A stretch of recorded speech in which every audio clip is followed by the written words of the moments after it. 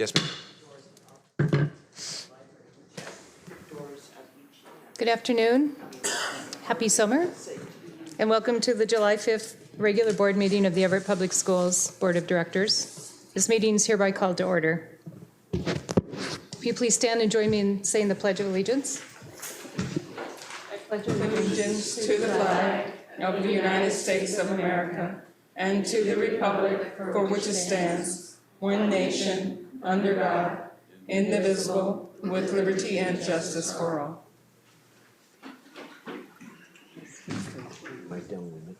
Sure. Will the secretary please call the roll? President Mason, Vice President Andrews, Present. Director Lesane, Present. Director Mitchell, Present.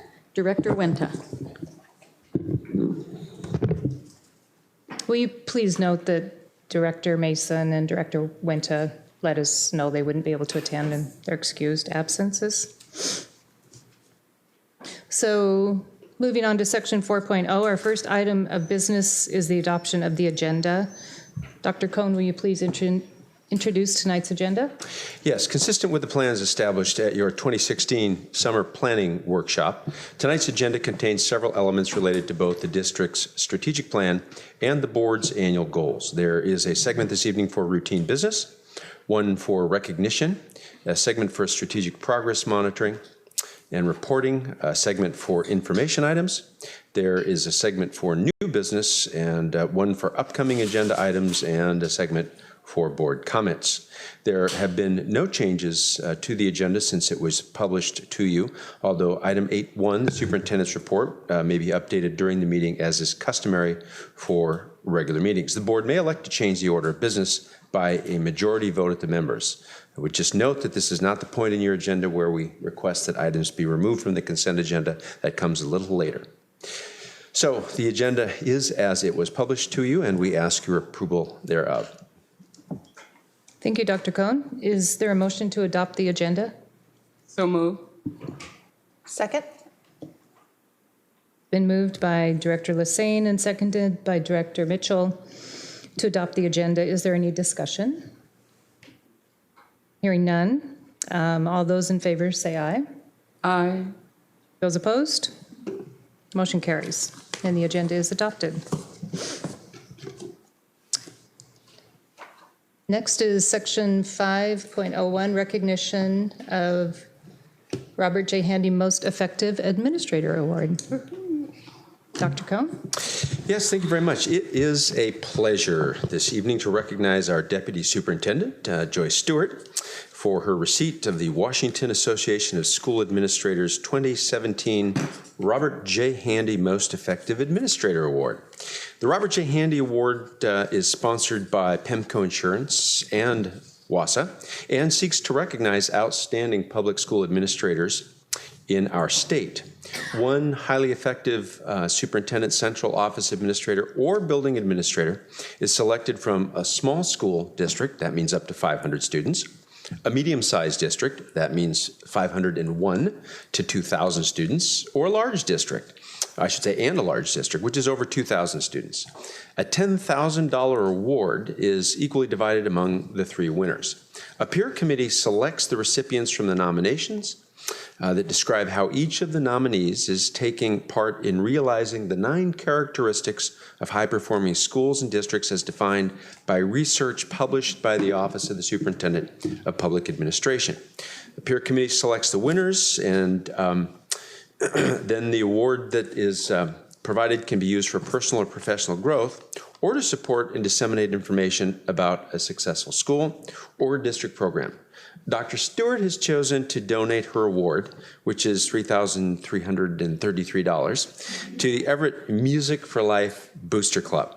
Music for Life repurposes donated musical instruments and gives them to Everett Public School students who may not be able to afford them. I want to congratulate Joyce personally on this well-deserved award, and I want to thank Joyce for unwavering commitment to supporting each student in Everett Public Schools and helping our students graduate career, college, and life ready. Awards such as these, I think you all know, are a reflection of the individual who we submit for consideration, and they are also, as you have heard me say on a number of occasions, recognition for an outstanding team that they helped create across the district. As such, this team and Dr. Stewart champion the work, and you all as board members champion the work, as do other members of our leadership team. I want to note that this year we've been fortunate to have been recognized with a Board of Distinction. It is the second Board of Distinction awarded to this board, and one of them came with a Board of the Year honor. We've received a Superintendent of the Year award, and a number of our principals, Cindy Foster and Mary O'Brien, have received Principal of the Year awards for their regions. We've received numerous state-level awards: Schools of Distinction, Washington Achievement Awards, a STEM Lighthouse Award, Green Schools Award, and a number of state achievement awards. So I want you to know that the work of Dr. Stewart and this team, you can find throughout our district in every aspect of its operation and its success. So I am delighted to be able to introduce this item, and I would like Dr. Peter Scott, our Associate Superintendent, to step up to the lectern, and he is going to begin the recognition remarks, which will culminate in a very special cake. Yes, very special. We know how much Joyce loves cake too, so it's just going to be great. One other thing that Joyce loves are props. If you've noticed, she's come up to this lectern many times and she's brought props, and I've got several tonight. One is my son's summer reading challenge that I took off of our refrigerator, and I brought this tonight on a serious note because of the legacy that Joyce has left in spearheading this system-wide. So you think about the tens of thousands of kids who, like my son and my daughter, who have these things either on their bulletin board in their bedroom, on their refrigerator, in a point of pride in their living room or kitchen. It's remarkable. This signifies a cultural shift, a systems advancement to collaborate with so many stakeholders to get this into place. And so I'd like to read several excerpts from Joyce's nomination that speak to the nature of this award and her contributions. This first one comes from several of her colleagues. Joyce Stewart embodies shared leadership in order to realize the vision and purpose of our organization. With tremendous grit and intentionality, Joyce makes the challenging work of authentic collaboration among a multitude of stakeholders a joy. For almost 2 decades in Everett, Joyce has championed the district's vision and mission alongside school board members, teachers association, head custodians, and hundreds of school-based staff. In doing so, she has literally galvanized whole communities in supporting the student learning agenda of the district. And the evidence are successful bonds and levies, stronger and healthier communities, and thousands of self-actualized students. Joyce sees community activism and advocacy as central to her role as deputy superintendent. In the last 3 years alone, she's launched a partnership between community and neighborhood associations and Everett principals. She's brokered social, emotional, and mental health services with several local providers. She connects nonprofits with underserved children for basic needs like food, clothing, and shelter, but also for enrichment activities like swim lessons and volleyball lessons, and she does this without anybody knowing. One of the criteria that OSPI in the 9 characteristics is establishing high standards and expectations. Here's what some principals said. The key characteristic that I admire and aspire to emulate is Joyce's relentless focus on being a humble servant leader. Everything she does is for other people, students, staff, parents. She does what it takes to serve our community. She has never forgotten what it's like to be a teacher. She has such respect and understanding of the classroom, and she's there for me 100% of the time. This is one of her principles. She has my back to help me solve problems in sometimes difficult situations. She's in our schools and continually checking in to offer support. She is never too busy for the principals she oversees, and we feel we are always a priority. The last prop that I have is something she typically likes to bring up here. I'm not a props guy. She doesn't like props like proper respect, and we're giving her proper respect tonight. So these are different kinds of props that she's uncomfortable with. But this one we had a 100-word maximum. So here's another colleague mentioning the prompt was, what had the most impact on improving student achievement in the district? So our strategic plan's first strategic goal is that 100% of our students graduate from high school ready for college and career with 21st century skills. Joyce's fingerprints are all over operationalizing this goal. She's a chief architect among a team in systematizing actions, mobilizing resources, and monitoring progress for each of our students, but particularly those that need additional support to reach this goal. Providing students what they need, when they need it, without being daunted by obstacles, are defining principles of equity. And Joyce's strategic work in this area as evidence at a 91% four-year and a 95% five-year graduation rate. So I'd like to invite Lois Craig up next.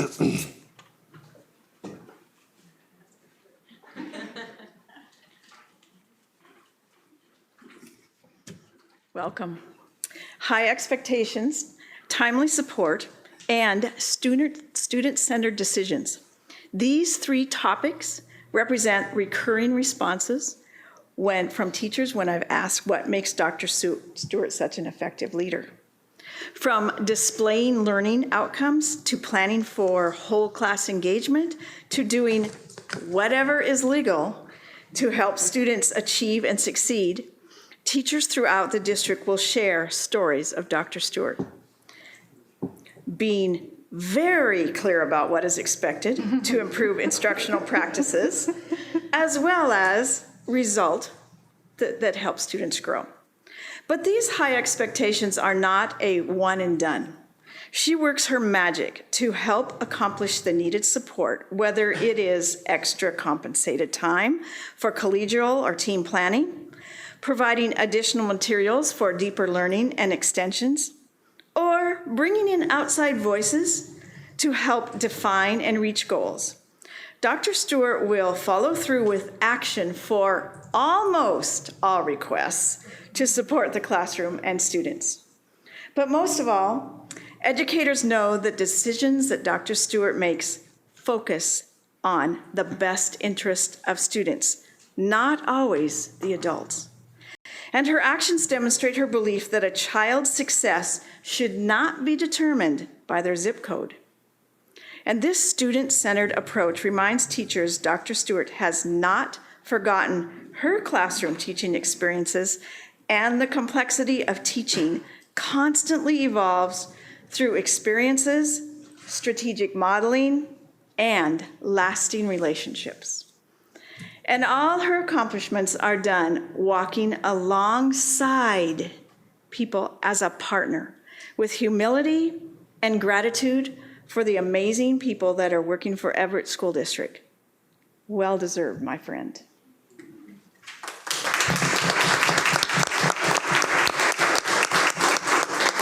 And in addition, the amazing support for families and community that she has, I'd like to introduce Jane Weber, who will speak a little bit on that.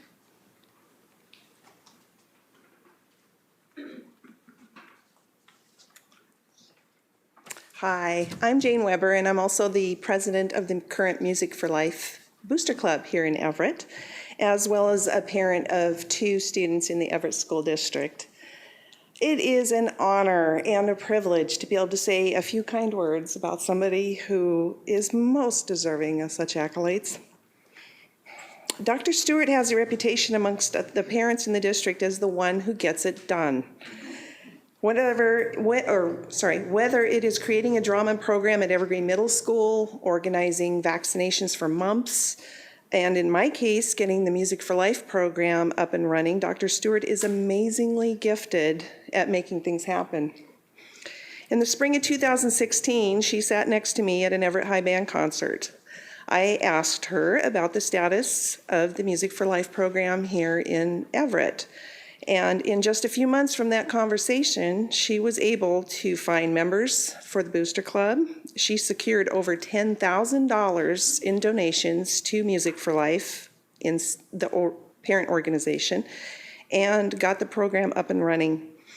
So to this date, we started in December, and to date, we have received over 77 musical instruments for this district for the students to use. And we will be getting even more in September to fulfill the wish list from our current music instructors. So in conclusion, Dr. Stewart has a great passion for the students and the arts, and she attends many of the events in the district.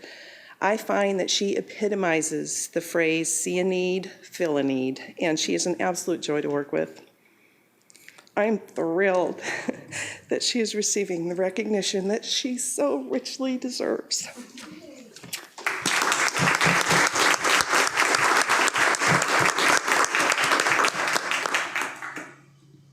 Whoops, one more thing. Sorry. I'd like to introduce Allie Daconis, sorry. She is a former student.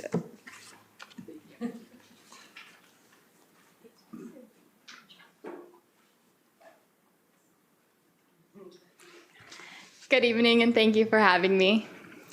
I'm Allie DeConis, a past student from Everett Public Schools. I went to Emerson Elementary, Evergreen Middle School, and Cascade High School. I also just graduated from Western Washington University and have just started my master's in teaching program. I've known Dr. Stewart since I was a small and awkward sixth grader. Little did I know how truly lucky I was to have Dr. Stewart as my principal during my years at Evergreen Middle School. She cares for and supports each student. She literally will do anything in her power to make sure kids are successful. Middle school was a challenging time in my life, but Dr. Stewart helped me get through it. Her support during that time has helped shape me into the person I am today. In 8th grade, I heard about Dr. Stewart's promotion to the district office. While I knew she would do many wonderful things for Everett Public Schools, I was distraught because she really made Evergreen feel like my second home. Dr. Stewart played a big part in cementing my desire to become a teacher. She knew I would be a fabulous one. And each time I run into her, she's always asking what I'm doing. Because of her many letters of recommendation, I received financial assistance as an undergraduate student, was accepted into graduate school, and am now working for the district as a substitute teacher. I would not be where I am today without her by my side. I hope to not only educate, but influence students' lives, just like she has done for me. Thank you, Dr. Stewart, for all you've done for me and many others, and congratulations on this award. You certainly deserve it.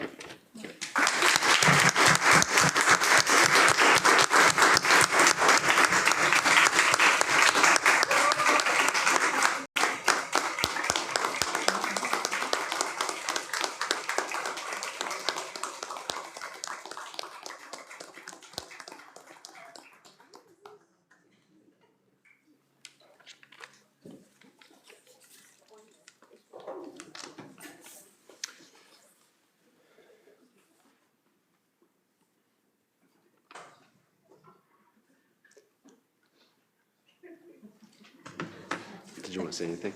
I'll say something. You want to say something? Why don't you say something first? I always think I know what's going on, but I guess I don't.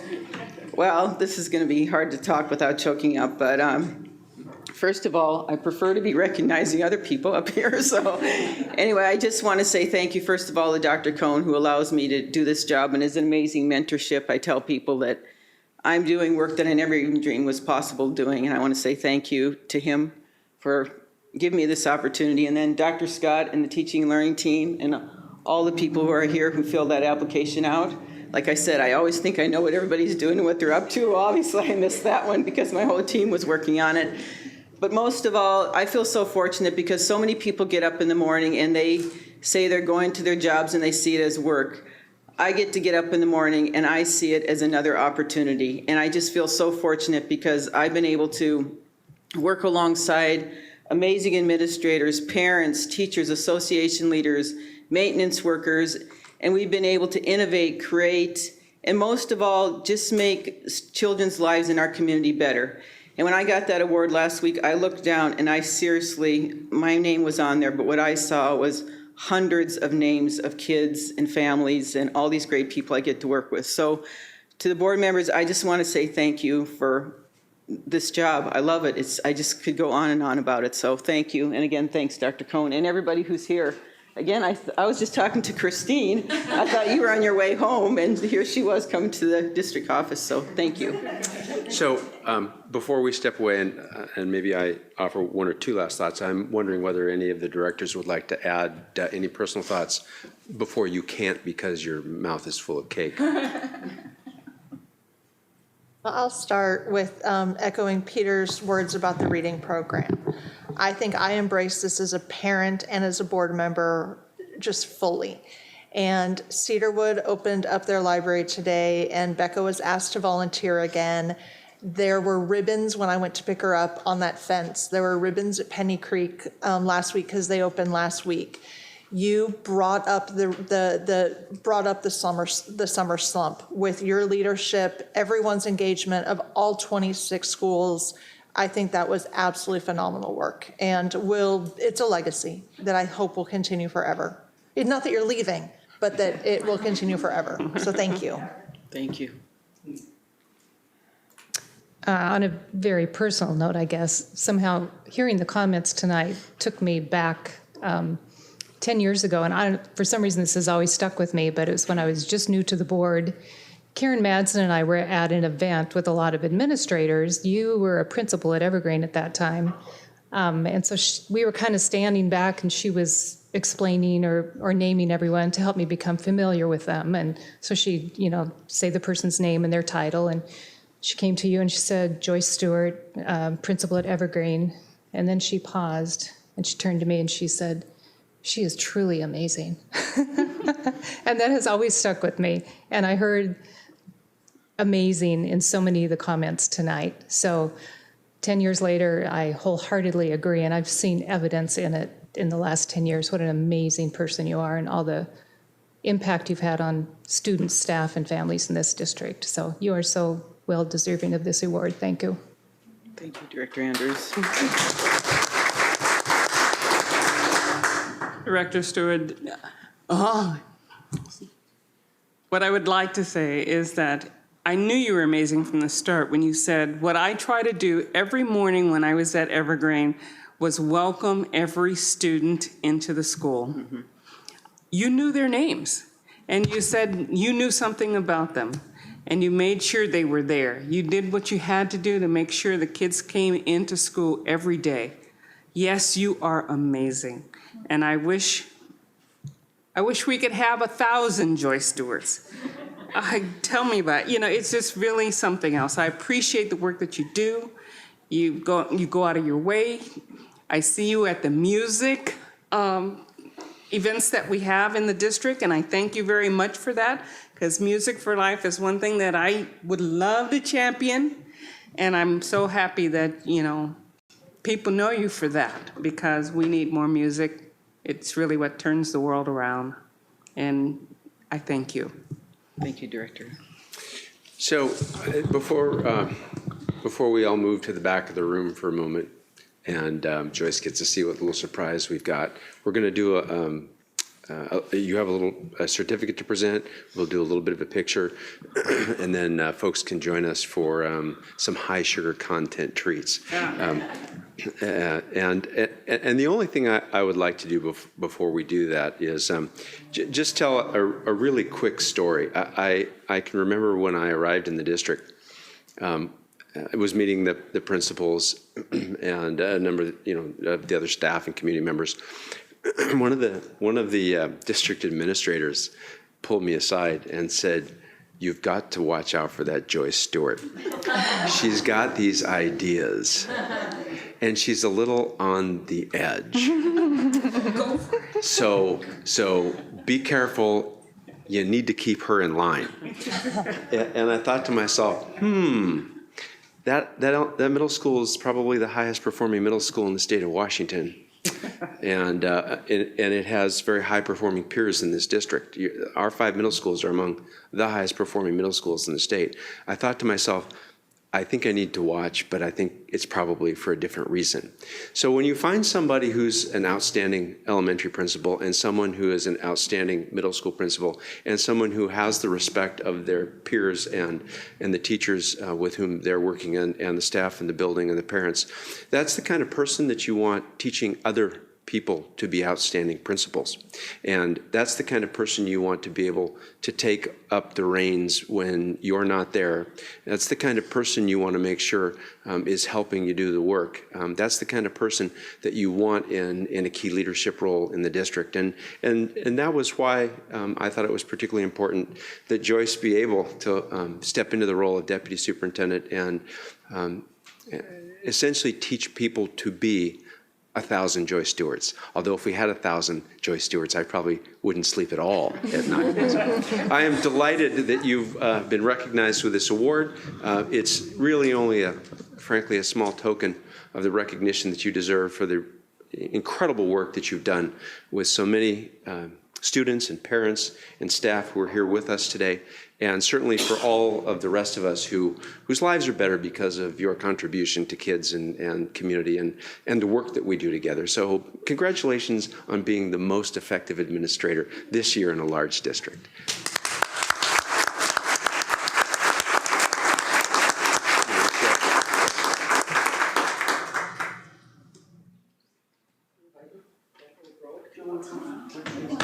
Larry? Yeah. Sally? Cabinet members? Yeah. This is a we. This is a we. This is the 100 people.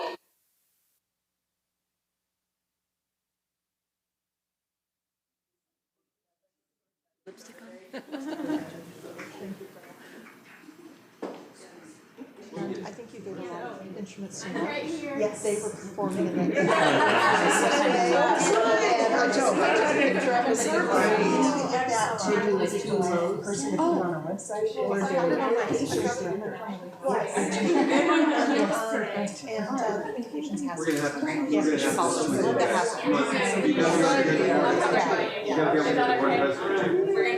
Oh, tour. My daughter's teacher, Penny Creek, so I went up and I gave her a photo. Yeah, she's done.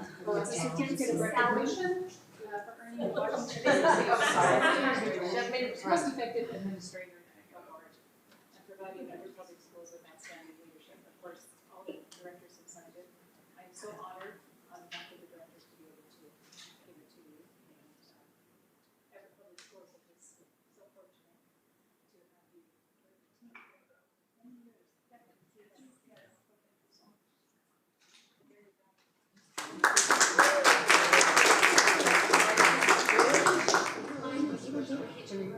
I can see everyone, so this is perfect. 1, 2, 3. We'll take one more. Thank you. Great. So we're going to proceed back to the room, and Joyce gets to have her picture. Oh, it's better.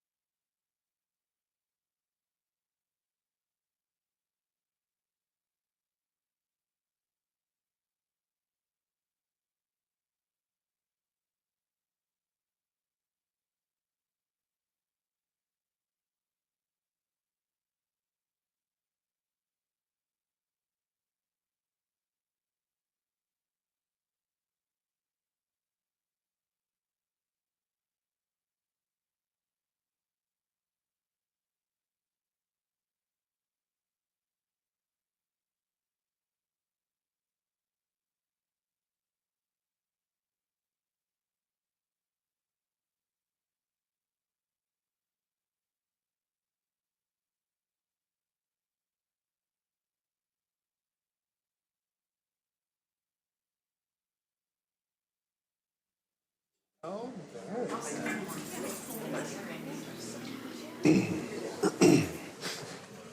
that was a lot longer than 10 minutes, but that was well deserved.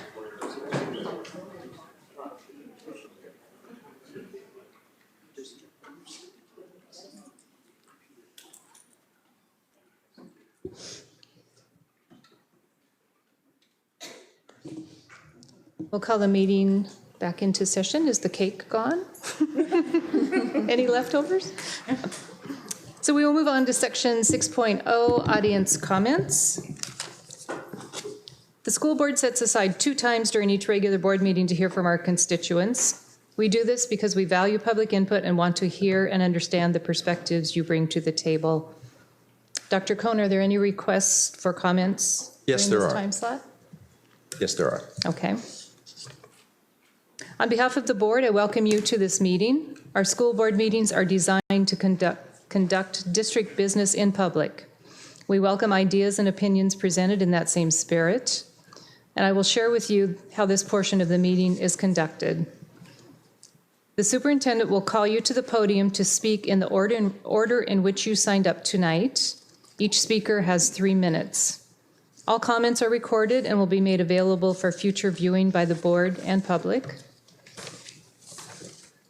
This public comment part of the agenda is for the board to listen to what you have to say. It's not for debate or discussions, and board members will not respond to individual comments.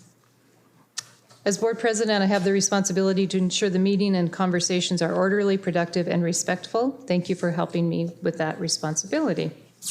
Dr. Cohn is our first commenter tonight. Absolutely. The first commenter is Alan White, and Alan is a resident of the district and an employee of the district at the stadium security. He wishes to address the board about the Longfellow building. The green light will signify the start of your 3 minutes, the yellow a 30-second warning, and the red is a signal that your time has expired. Thank you. Again, my name's Alan White. I'm a past student and student athlete, along with my son, and 2 sons were also student athletes, and so we kind of understand the needs of the stadium.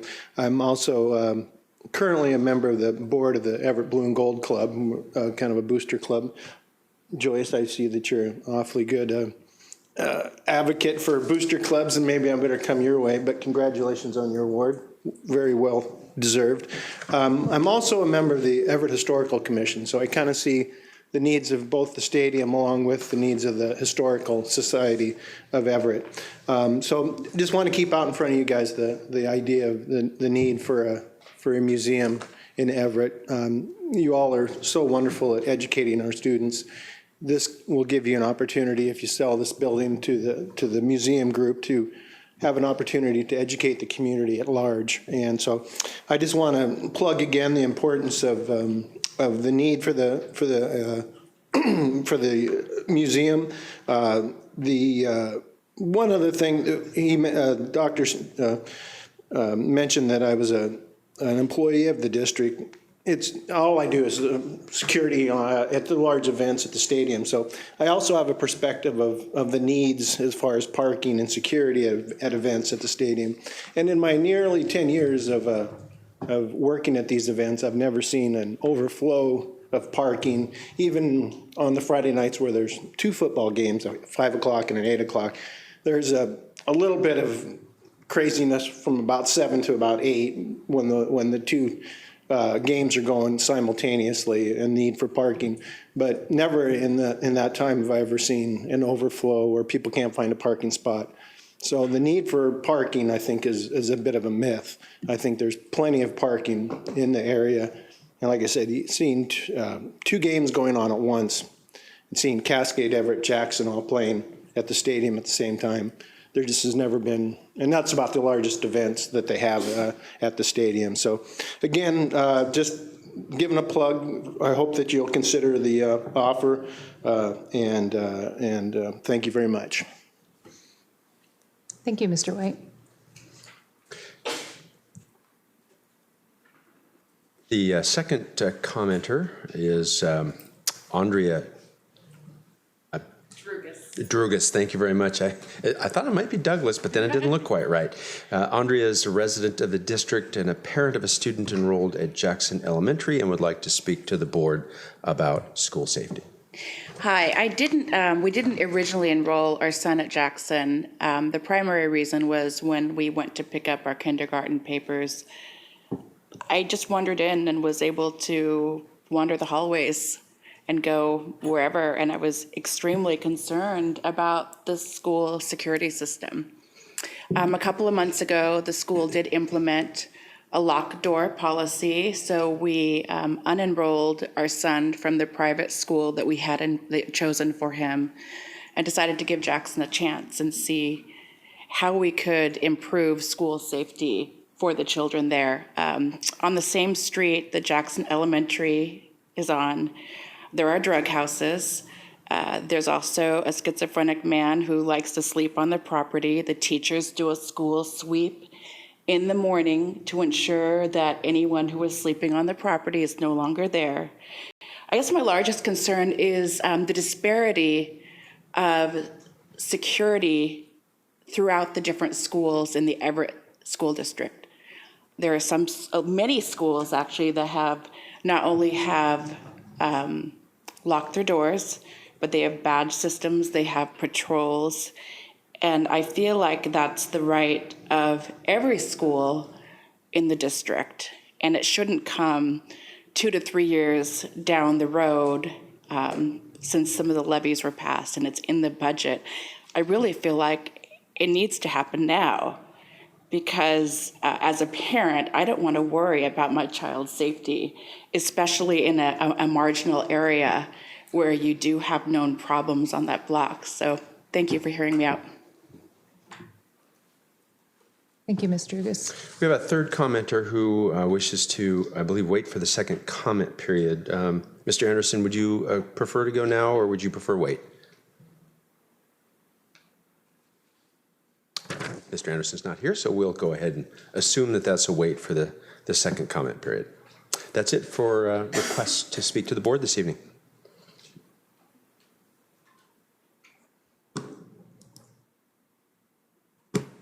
Oh, no, wait. I'm sorry. It's Lila, not Lyle. Lila. I was going to wait until the second. Prefer wait till the second. Very good. Okay. All right.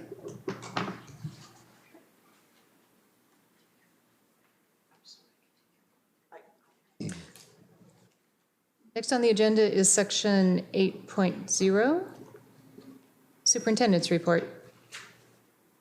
I think the next on the agenda is 7.1. Next on the agenda is section 7.1. I'm great with numbers. You're a CPA. Yeah, consent agenda. Dr. Cohn, will you please provide an introduction to the consent agenda? Yes, I will be happy to. The board's consent agenda includes repetitive business items. These include, for example, meeting minutes, personnel actions, expense vouchers, and recurring contracts. Sometimes the consent agenda will include items that occur less frequently but are of a routine business nature. The less frequently occurring consent agenda items are usually reviewed by the board in its Friday report 1 or more weeks before the board meeting when those items are scheduled to appear on the consent agenda.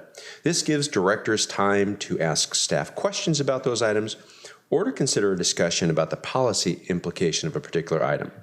If a consent agenda item is removed by the concurrence of 2 directors, that item is then placed in new business and we renumber the remaining items in the consent agenda. The board then votes on the consent agenda in a single motion. Consent agendas by their nature are not debatable. In the case of this consent agenda, the superintendent's office has received no questions or comments regarding any of these items. Therefore, the consent agenda is presented as published and we ask your approval thereof. Thank you, Dr. Cohn. Is there a motion to adopt the consent agenda? So moved. Second. Been moved by Director Mitchell and seconded by Director Lesane to approve the consent agenda. Does any director wish to remove an item from the consent agenda and place it in the new business section of the agenda? Hearing no, we will proceed to the vote. All those in favor say aye. Aye. Aye. Those opposed say no. Motion carries. Now we will move on to Section 8, Superintendent's Report. Dr. Cohn? All right. Let's see if we can get the superintendent's report up on the screen. Excellent. Thank you very, very much. So the cover slide for this one is a sort of a representation of our last day of school. It was the 22nd, and we invited, and families responded with all kinds of wonderful photos of students sharing their last day with us. Here are a couple of photos that show a student with a teacher at Silver Lake, and one of a kindergartner's comparison photo from the first and last day. I could tell you as a high school teacher, seeing students on the first day of, the last day of school, and then having them come back about 2 months later on the first day of school of the next year, sometimes you don't even recognize them. The changes in kids across the course of a year or even a few months can be absolutely remarkable. We thought you would enjoy this particular picture. Tonight, you've got a couple of large items on your agenda. One of them is the 2016-17 Strategic Plan Year-End Progress Report. This is our 6th year of implementation of the strategic plan that was adopted in, I believe, 2011. I'm thinking Mike might be nodding at me. I'm right, 2011, somewhere in that neighborhood. Highlights are going to illustrate our accomplishments in the 5 strategic priority areas, and the staff team is going to share with you a variety of examples of those accomplishments. You're also going to see your 2017-18 budgets for the first reading this evening. The second reading is scheduled for August 29. That's when we conduct the hearing that is required by law. And I say it that way because it is very odd the way the law works. The time you'd want a hearing and comment is on the first reading, because when you get to the second reading, you can't change anything. So, but the law requires us to do it at that point. So that's when you'll have it. And we know, and you know, that the legislative action has created a significant amount of uncertainty. We're going to do our best to talk with you in August about the changes that we believe we need to make and present them to you to the extent that we do for the next year, which isn't really a year that's dramatically affected by the legislative action compared to the succeeding years. So just so that you have a little bit of context, and Jeffrey's going to give you a bit more of that. Obviously, one of the big pieces of good news is Dr. Stewart receiving the Robert Handy Award, and here is a picture of her with a representative of PEMCO and the executive director of the Washington Association of School Administrators. And I have to tell you that Sue and I got to travel to the WASA AWSP summer conference and be there with Joyce when she received the award. It was a great deal of fun. These are some really tremendous folks across the state, and I have to tell you, a lot of people came up and congratulated Joyce and congratulated us on actually, Joyce's great work and her leadership in the district. So wanted to make sure that we recognize that. The district once again attained a 100% rating on a risk assessment survey that's conducted by the Washington Schools Risk Management Pool. This process resulted in an almost $65,000 premium reduction. I want to congratulate Jeff's team, the Financial Services Group, all the folks in that operation, and all the people who work with them and are proactive in the efforts that we take to reduce risk in the district. This effort resulted in an above average performance rating of 1.0 on a scale of something. And it's a 1 is a really good rating. Let's just go with that. Just so that you know, okay? Probably the biggest news around right now, apologies, Dr. Stewart, is the state budget. The state legislature passed its budget late last week. Governor Inslee signed it. He vetoed a number of things. We're not sure if any of them affect us, actually. a quick reading doesn't tell you that very quickly.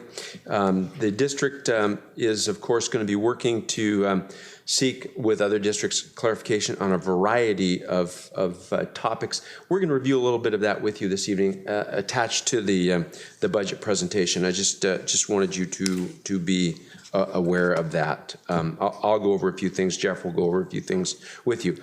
Summer school programs in the district are expanding. This quick highlight lets you know how many students are enrolled district-wide. We started the programs today. 2,500 students plus are enrolled from Everett Ready to high school recovery. Here's some quick stats for you. 120 kindergartners are going to be preparing for elementary school through Everett Ready, which is located at 6 sites. Our 6 elementary sites will serve nearly 1,300 students. 3 middle school sites will serve over 400 students, 417, according to the display in front of you. North Middle School's program is specifically going to provide support for English language learners. 449, I'll bet you by the time we're done it's 450. High school students are going to participate in credit recovery, 147 in online or on-site programs for a 1/2 new credit. 49 students are going to participate in Snow Isle supported programs. 54 students are going to be supporting in WANIC supported programs. Remember, we're now a member of 2 Skill Center consortia, and we're taking as full advantage of that as we can this summer. 74 Everett Public Schools Foundation scholarships were awarded to students for online and on-site classes this summer. I want to extend my thanks and appreciation to the entire leadership team and all of the staff who are putting in a tremendous amount of work to make this happen. Leanna insisted that we put this in. I had the pleasure of attending a reception for all of the educators in Washington who received any kind of a statewide award, a regional award, so Teachers of the Year regionally and statewide, and principals and classified staff, and then there was one loose superintendent in the mansion. This happens to be a picture with the state superintendent who announced to everybody at that very point that it was my birthday that day, and just totally upset me. Anyway, we had a great time, and Chris did a fantastic job as Master of Ceremonies, and the governor, of course, did a wonderful job as well. Wanted to let you know that the Longfellow redevelopment process has taken the track that it's taken right now. We are at the point where the board has established some purchase and sale and negotiating parameters, and the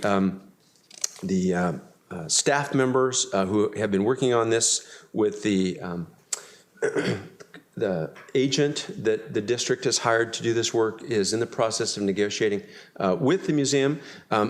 I would not want anybody to think that this is as simple as, not that they're simple, but as simple as a house sale.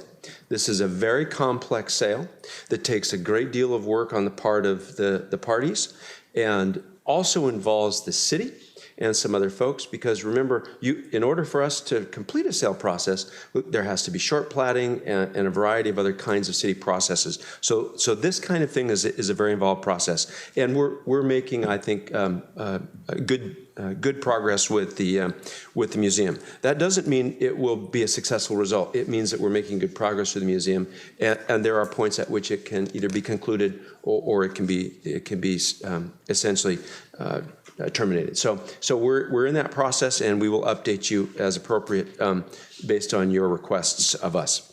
Portable installations are underway at 4 of our South End schools. Contractors started work on our HVAC upgrade and roofing material replacement at Gateway Middle School. We are in the process of we have begun the floor covering material replacement work at Hawthorne Elementary. An electrical contractor has begun connecting power, data, fire, intercom, and security systems to new portable classrooms at Jackson High School, Forest View, Cedarwood, and Emerson Elementaries. And we are proceeding with security work, safety work, at a couple of the sites.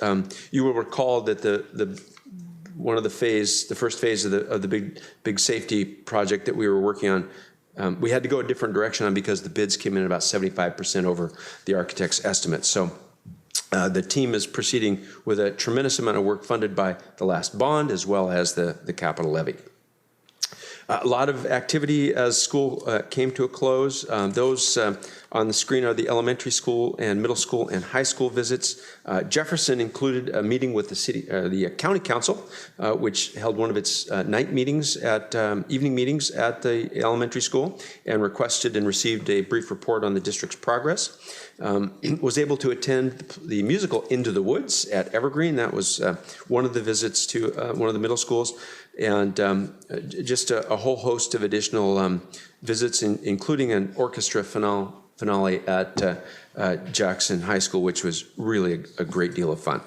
So that pretty much concludes school visits for the year, but probably not community visits. So here's a quick list of some of the community visits, or actually most, if not all of the community visits during the past month, including a joint meeting between cabinet members and the leadership team at the city of Mill Creek. And you should be seeing some results from that. We're going to put together several projects that we're wanting to work on together, and you'll be hearing that as soon as we sort of shape them with the city leadership. We had a meeting with the Daily Herald editorial board. I attended the ESSA Accountability Systems Work Group meeting, actually just before attending that ceremony at the governor's mansion. I was able to participate in the Everett Community College 75th anniversary gathering, the Gertrude Jackson Memorial Scholarship Reception, met with a number of my colleagues in the region, attended some trainings, met with some legislators, met with the Snow Isle Library's executive director, and she shared with us that they plan on a levy lid lift sometime in the coming spring. And when she spoke with me, she was talking about the April timeframe versus the February timeframe. But it will, of course, follow up on that. We had our first meeting of the Superintendent's Strategic Advisory Council, comprising a number of CEOs, executives in the community. It was an excellent meeting. We're planning some follow-up meetings right now. Had an opportunity to visit the University of Washington and meet with the Associate Vice President for College Access and trace a student's progress through the admissions transfer process. Had a number of additional community meetings that are identified on this particular page as well for you. Whoops, not that page, this page. Including some of the YMCA activities in which I've been engaged. Just a quick look ahead, summer commencement is scheduled for the 17th. Your next regular school board meeting, you have a bit of a vacation this summer, is August 29. Your special board meeting is Wednesday and Thursday, August 30 and 31. On the 30th, you'll be meeting at the Port. On the 31st, you'll be meeting at Washington State University's brand new Everett branch. Although I'm not sure if they're calling them branches now. I think it's a branch. I don't think anybody will get upset with me if I call it a branch. But I visited to see the facility today with the Chancellor, and you will be meeting in the Chancellor's conference room up on the 4th floor. You're going to really be impressed with the building. And then our first day of school is September 6th, and that is the Superintendent's report for this evening. Thank you very, very much. Thank you, Dr. Cohn. Next on the agenda is our strategic plan end-of-year progress report. Our 6th year of the strategic plan. It's hard to believe another year has gone by, but Mr. Gunn will lead us through all the wonderful progress we've made this year. Thank you. I will do so. Good evening. Tonight I have the pleasure of presenting, along with most of the members of the Cabinet, the district's strategic plan end-of-year progress report for the current year ending August 31. The actual report itself is attached to board docs. It is a 50-page written document. It contains a summary of the major work and accomplishments this year by the district's staff, students, and our community and our partners.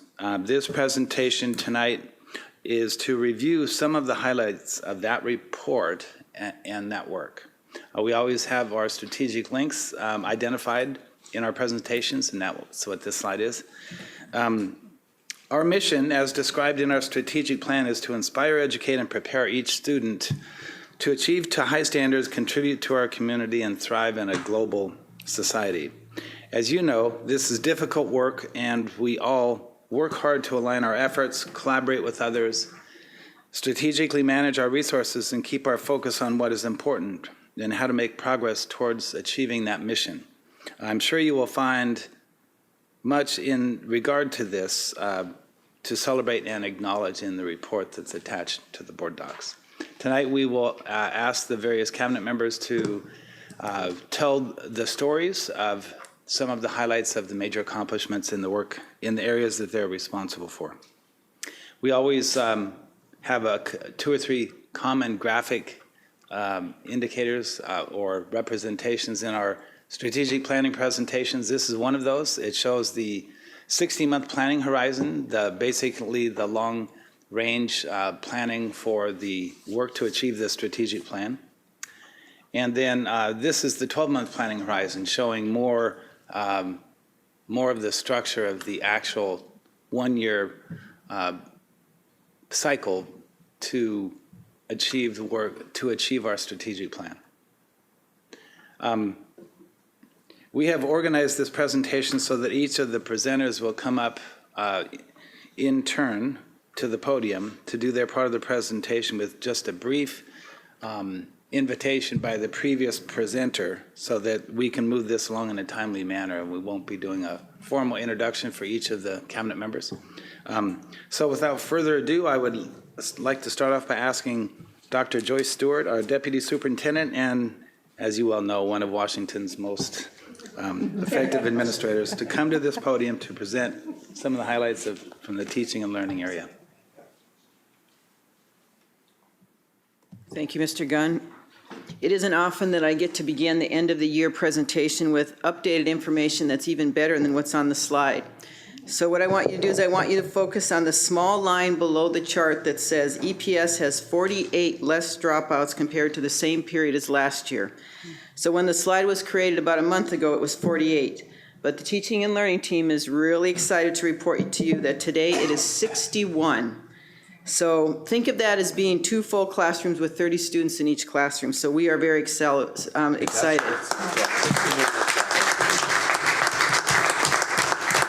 I think it's time for another cake. What do you think? So, anyway, that is a big celebration. So you might be asking, what created that celebration? So the biggest change was taking real-time data from a large master spreadsheet and creating it into a one-page at-a-glance with a list of students who are no longer attending our schools, and having each school team reconnect the students back to their high schools or have them get connected with another secondary program. The assistant superintendents and the local OTG groups and Jeannie Willard's team, we all very closely monitored these lists each month. The other focus was to monitor the students in grades 9, 10, and 11 really closely. When students leave our schools, administrators are currently working to immediately get in contact with those students or their guardians so that we can find them before we lose them. So that's another strategy we're using starting already in 9th grade that I'm hoping that we will not see these numbers on our list as the students go through our system. The other big celebration on the right is you saw and heard during our State of the School reviews, and that is that our K-8 teachers were meeting about every 6 to 8 weeks and identifying strategies to use with students who are experiencing social and emotional challenges. So principals, counselors, teachers, and support staff will tell you that they know more than just students' academic needs. They know their students' academic, social, and emotional needs. And I just think about last year at this time, this was just an idea in July of 2016. And today I can say that it has become a reality. Just think 1 year later that all of our school teams have been meeting and looking at our students' social and emotional needs. I also included a little short note at the bottom, and I guess that's just there to remind you that was received from a previous student who's attending college now. But what it does is it demonstrates the long-term influence our educators have in our students' lives. So the next slide provides you an end-of-the-year update on our Reengagement Program. As you know, school districts must make efforts to have suspended or expelled students return to their educational settings as soon as possible. We get to create re-engagement plans tailored to each student's individual circumstance, including consideration of the incident that led to the student's suspension and their expulsion.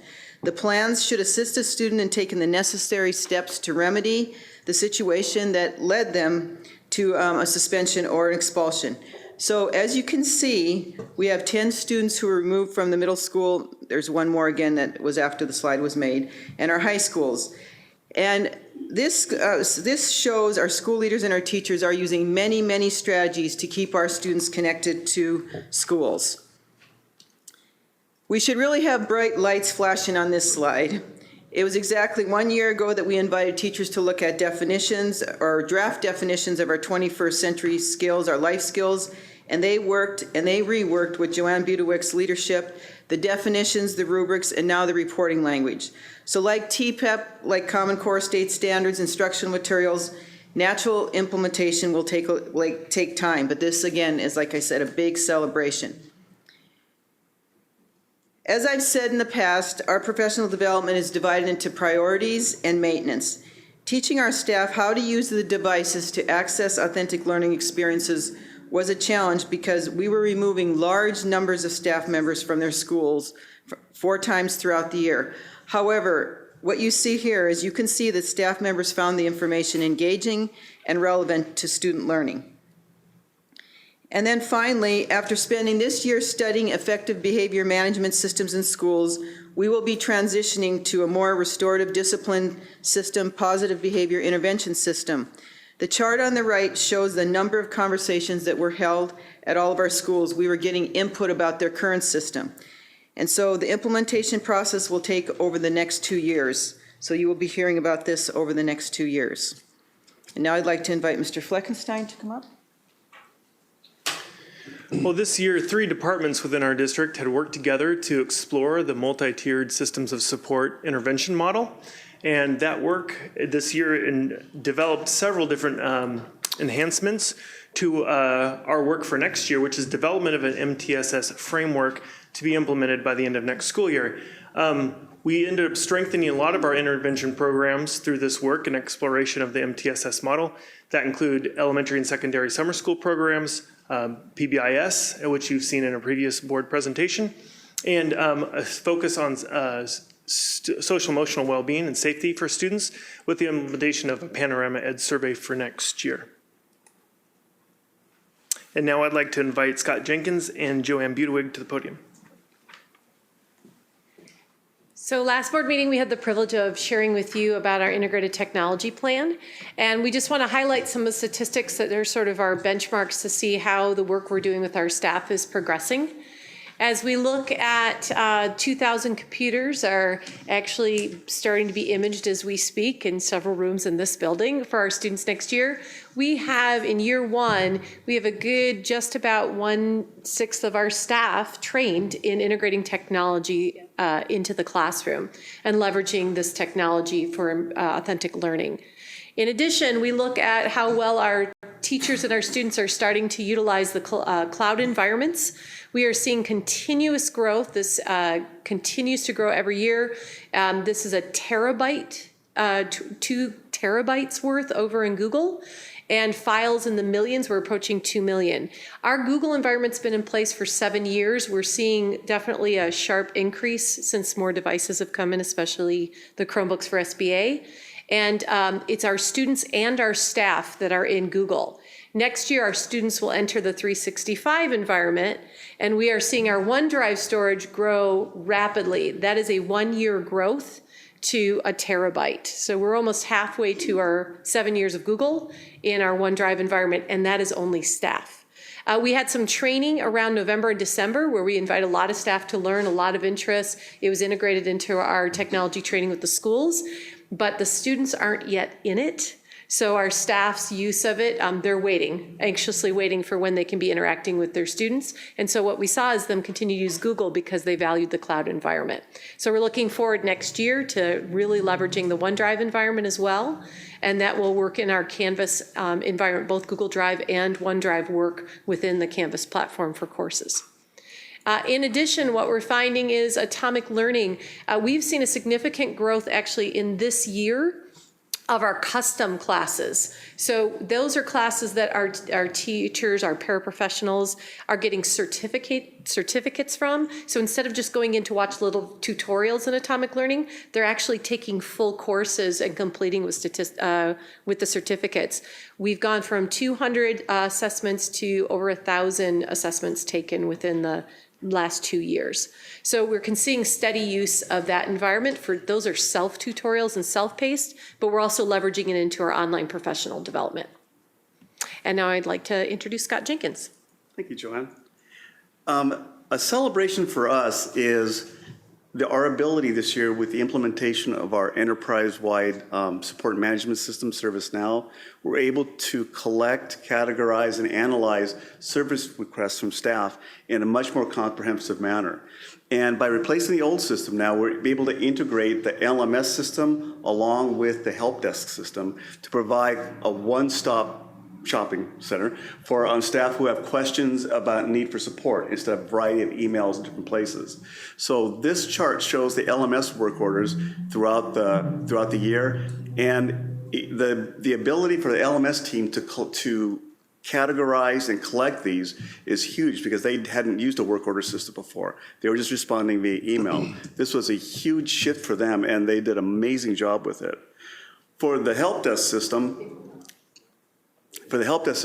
we've been using an integrated package before. This allowed us to expand more comprehensively how we looked at work orders to analyze trends and provide Joanne and her team the ability to take a look at these problems and trends for potential professional development opportunities.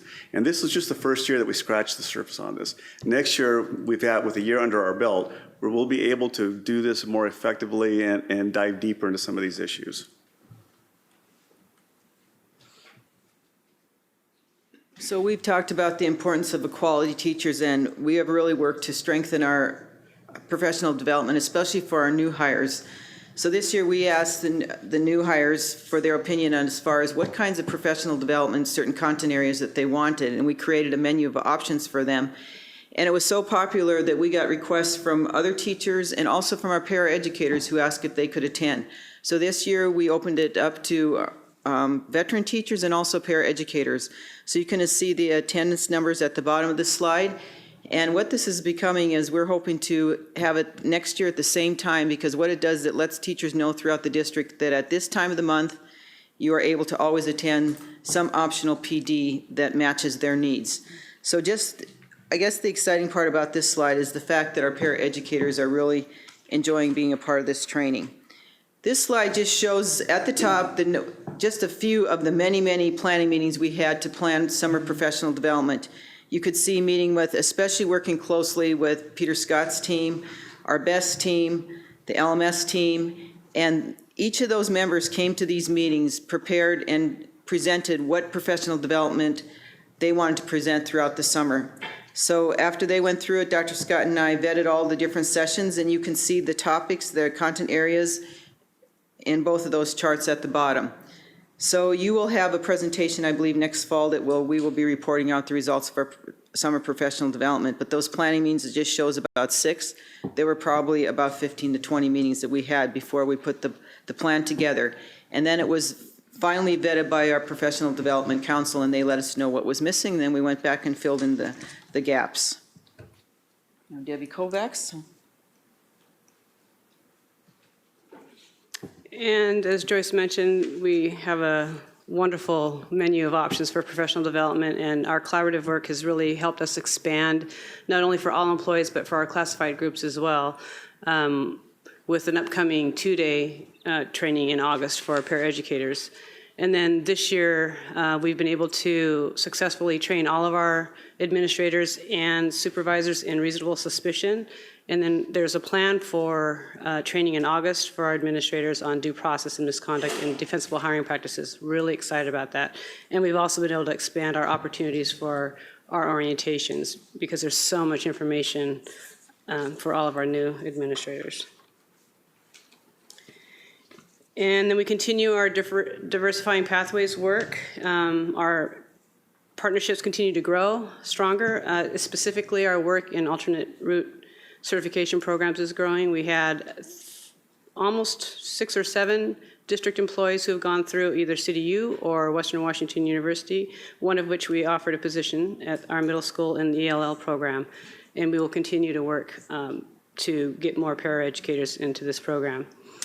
As always, we continue to try to get out early as possible, working with our association to post positions and get the most highly qualified candidates. And then we will continue to build stronger relationships with our community partners to continue our retention efforts with our staff of color.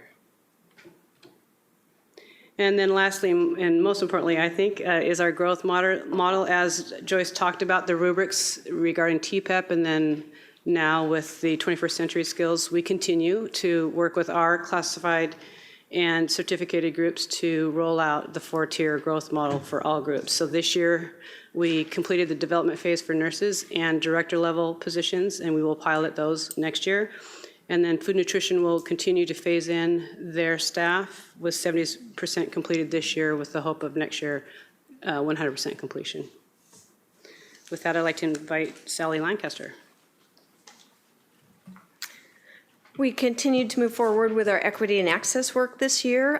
We were very happy to come up with a common definition for what equity means so we could share a common vocabulary and language. We continued with our community conversations with both our African American community conversation and our Russian-Ukrainian forum, and those were both highly successful. We sent 14 people to the AWSP Equity Conference to study best practices and help inform the equity plan for our district. And we sent 7 people to the Undoing Institutional Racism training that has been occurring throughout the county to help think about how our institution is serving those who are historically marginalized and how we can break down institutional barriers to better serve those students. And now I'd like Mr. Fleckenstein to come up and continue. Well, being prepared and being ready for emergency situations is the foundation for our safe schools systems. This year, I'm proud to say we are 100% compliant with all of our drill requirements on time and all those obligations. As you can see in the graph in front of you, it shows you a distribution of which drills were completed each month by the individual schools. Although it doesn't include June, we were 100% in June as well. And that's a huge celebration for our district to be prepared for those emergency events. The way that we accomplished that 100% success rate was by the pre-planning and organization of school safety systems that our schools focused on this year. That planning and preparation at the start of the year to set a roadmap for their drill and meeting those drill requirements really contributed to our schools staying on top of school safety and making sure that our staff was always trained and ready to respond to those drill and emergency situations. And part of that preparation is in our secondary schools is a unique and wonderful partnership with the Everett Police Department, with Officer Reeves, who's in the back there, has been a great partner with us to work and support our secondary schools with our School Resource Officer program. Additionally, we included this year greater involvement of our school resource officers to proactively collaborate with our school leaders to address and support our students' safety and social emotional needs. And that proactive relationship has really helped support our kids who are struggling at school. Staying with the theme of safety and security, we held a district emergency operations center simulation exercise in this room with about 40 to 50 members of the Community Resource Center. And this is to practice activating the Emergency Operations Center and then to practice also responding in various ways to a designed simulation. And the one that we participated in, it was actually about a month ago, and you were 4 hours into an incident at Cascade High School where an airplane had crashed and injured quite a few people there. So these kinds of activities are designed to help us be prepared, better prepared for responding to an emergency at a school site or one of our other sites that is too big for that site to handle all by themselves. Attending this, in addition to our own staff, was Mary Schoenfeld. You probably have met her and known her in various ways. Worked for the City of Marysville School District as well as the City of Everett Department of Emergency Management, as well as representatives from 9/11's Snowpack, our 9/11 service provider, as well as, again, Sergeant Reeves in the back. We have also this year, as usual, performed our annual update to the strategic plan as well as the annual operating plan. One of the big ideas with the updating of the strategic plan this year was to add the focus on being life ready as well as college and career ready by the time students graduate from our school system. Another thing that we brought back really this year, we redid our 5-year plan. We used to use this plan, and it was called the 1260 plan, and it was basically the 60 part of that title is to indicate 60 months. So we had up until about 2 or 3 years ago, we were using our 1260 plan, and we've not continued that over the last couple of years. We brought it back again this year. Actually, I think last year in December is when we actually put a lot of work into it to refine it for the next 5 years. And I think that in my own instance, it really did help us do a better job of putting in place the annual operating plan, the next 12-month slice of our work for the next year. And then I think you'll probably notice in the report, as well as in this presentation, as well as in various other ways, a continued enhanced focus on use of data throughout the district, particularly in support departments, so those non-instructional support areas, certainly in maintenance, I know finance, facilities, and transportation, I know from experience they're doing more of that as well. We also had a board study session on May 30th around key performance indicators, key performance outcomes, and some topics around the use of a data dashboard and where we are in the planning for that. Now rolling into resource management, priority area 4. Certainly elementary number 18 as well as North Middle School, those two are the two of the biggest projects in the 2016 bond. The progress on those is very similar between the two projects. The new elementary schools, we're still planning on an opening for the fall of 2019. The completed portions of the project so far are the educational specifications, value engineering study, schematic design, as well as design development. We have submitted a conditional use permit application to Snohomish County, and we expect that there will be a hearing set up towards the end of this year, so in about 3 months or so. Quite a bit of work needs to happen between now and then. We are beginning the SEPA process to review the environmental impacts of that proposed project and to mitigate those, and expect to be completed by the end of the summer with that. And after that, we will go into the development of the construction drawings or the contract drawings that are used for the actual bidding and construction of that project. North Middle School, again, very similar.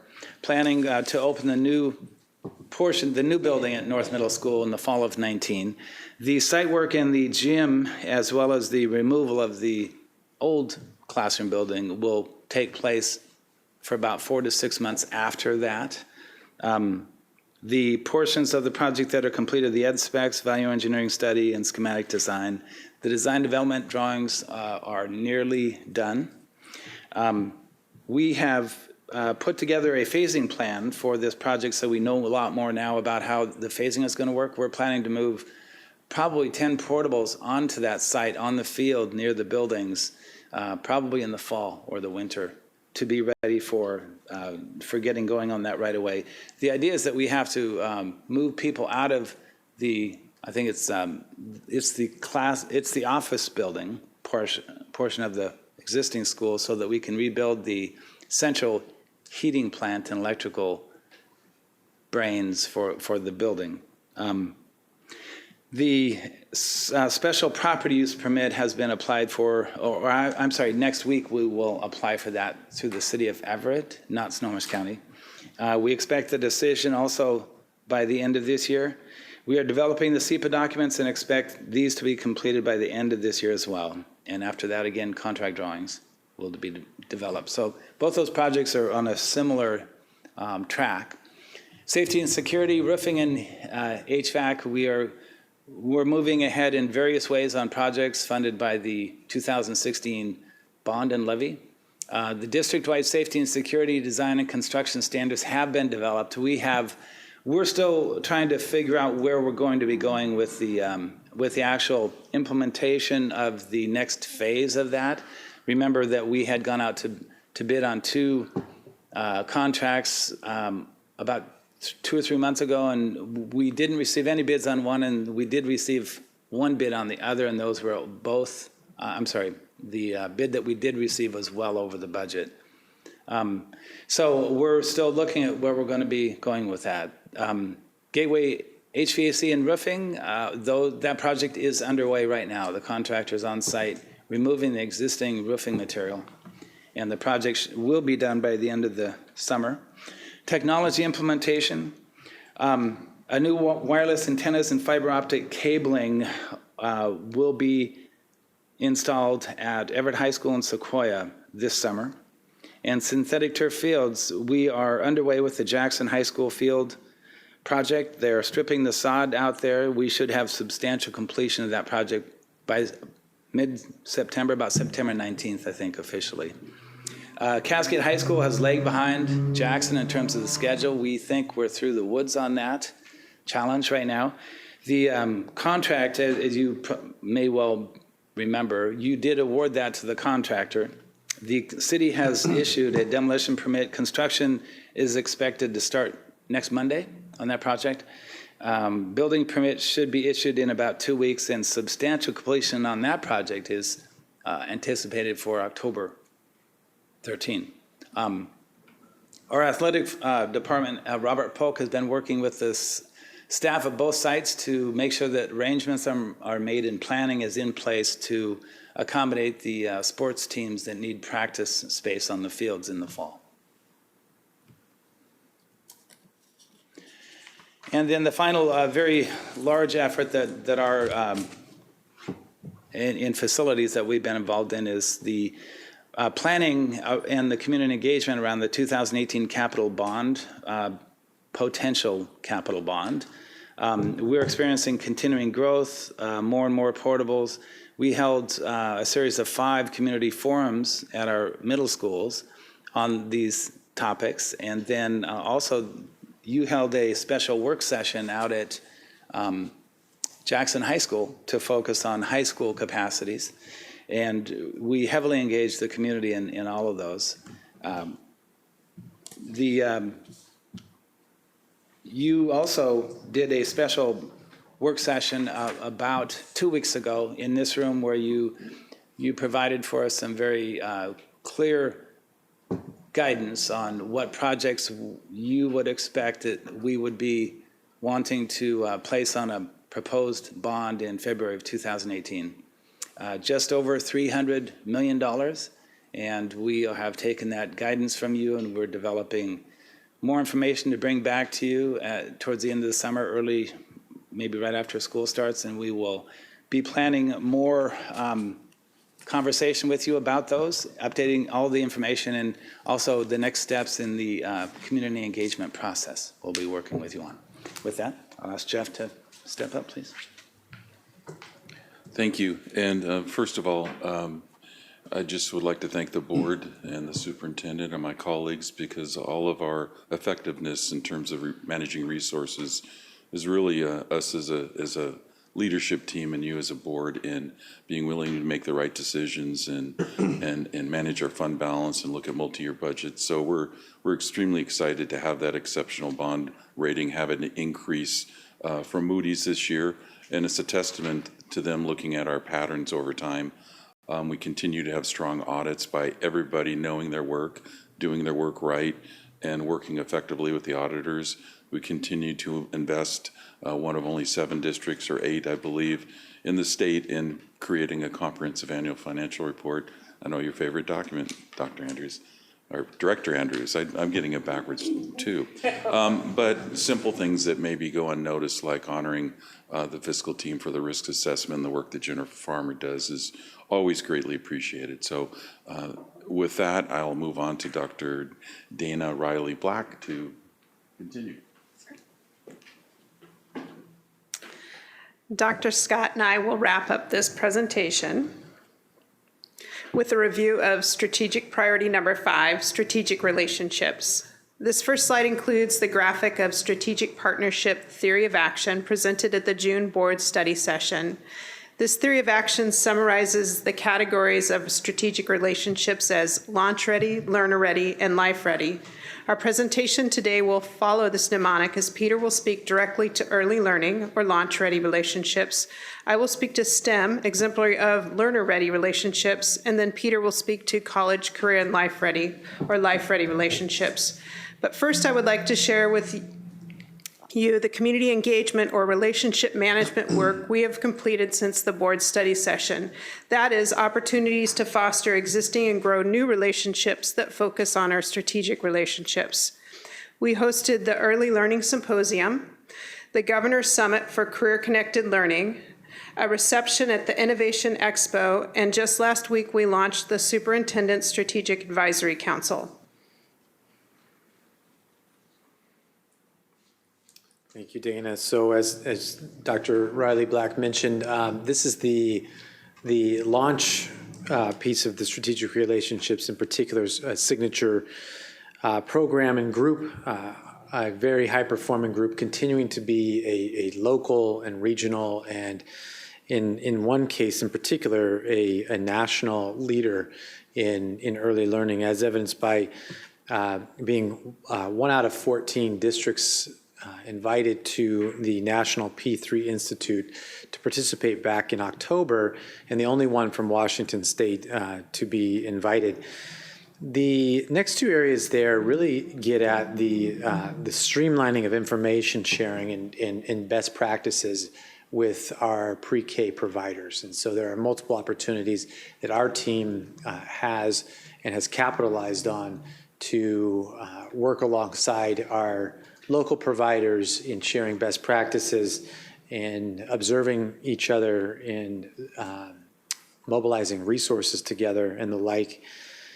The example of Everett Ready was mentioned earlier this evening, and this is really all about ensuring that smooth transition to kindergarten, particularly for kids and targeted for kids for whom they've had either little to no preschool experience, formal preschool experience. And of course, many of you were involved in the design and actual participation of the Early Learning Symposium back on April 29th, which really focused in 3 frames in making a case for the community investment. One was brain development and learning new things about the malleability of the brain from birth to age 5.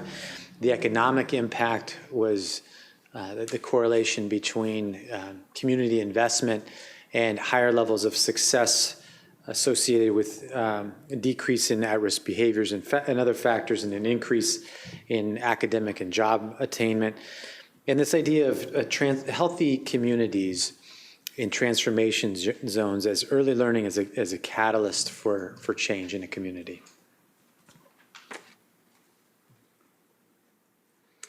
A significant focus for STEM strategic relationships this past year has been to lay the foundation for career-connected learning.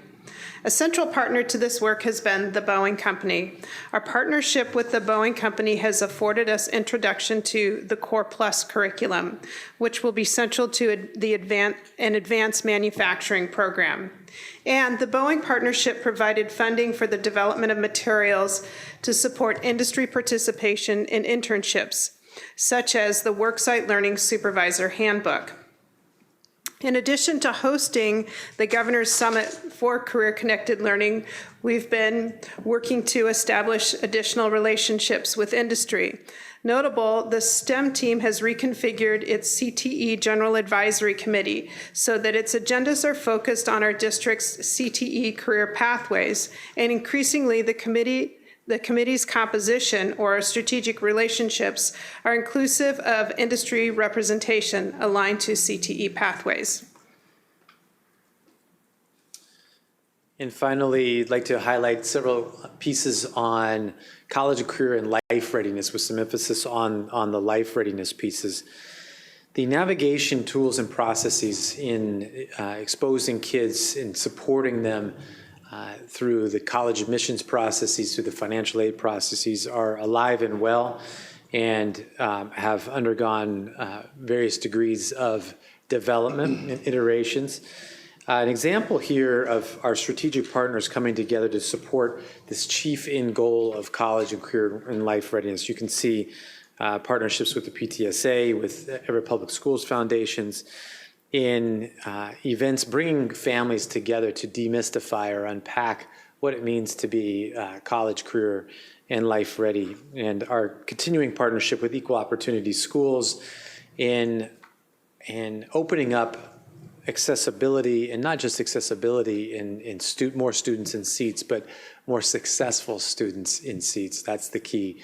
And that is a hallmark of that particular relationship with Equal Opportunity Schools. You see there and are familiar with the Diversifying Pathways partners, most notably Everett Community College and UW-Bothell, in developing course pathways alongside these very critical higher ed partners. We appreciate their support in helping us imagine what can be accomplished with medical career pathways and educational career pathways that are grounded in an equity foundation. We have a vested and mutual interest in growing teachers who resemble the faces of our students in those particular areas, but in general and overall. And lastly, social emotional learning supports. This is the life readiness piece and metrics around how to measure life readiness. One of our key tools that we piloted in 4 schools this year is Panorama, a social emotional survey pilot. And next year, proud to report that that social emotional learning survey is going to be implemented in all of our schools, all 26 schools. That represents a ramp up in investment. These are metrics, and I'm not going to name them all, but grit, sense of a belonging, growth mindset to better get at that 360-degree view of how a student approaches school, how they see themselves in the context of school is very important. And finally, these areas of growth with trauma-informed practices. We've got a robust 3-school grant in partnership with Snohomish County Health District in looking at ways to bolster academic, social, and environmental factors, identify best practices to help in those areas of social emotional growth. And slow and steady increase with the advent of family support advocates and therapists, family and student support advocates in all 3 comprehensive high schools. I think we'll hand it over to Mr. Gunn. And that concludes our presentation of the end-of-year report for the strategic plan progress that we've made this year. A lot of information has been mentioned and provided, even more so in the report itself. I did want to just kind of make one more comment, and that would be that the information that we've provided you tonight and in the report isn't really intended to be new information for you. It's really intended to be a summary of the work that we have throughout the course of the year presented to you or talked with you about in various ways in board meetings and in correspondence and other ways. So with that, I would be glad to take any questions that you have and ask the cabinet members to help me, support me in answering them. Thank you, Mike. That's a wonderful summary, and you did just brush the surface of all the great progress that has occurred in the district this year. I really enjoyed the 50-page summary and have about 10 pages to go, but it's just a wonderful document. So with that, directors, do you have questions? I guess I just have one statement. As a parent, I am very focused on my daughter receiving the best education. As a board member and as a parent, I am so thankful for everything that goes into this district to support that child, to support the teachers. The fact that the teachers are not just in the classroom, they are also learning.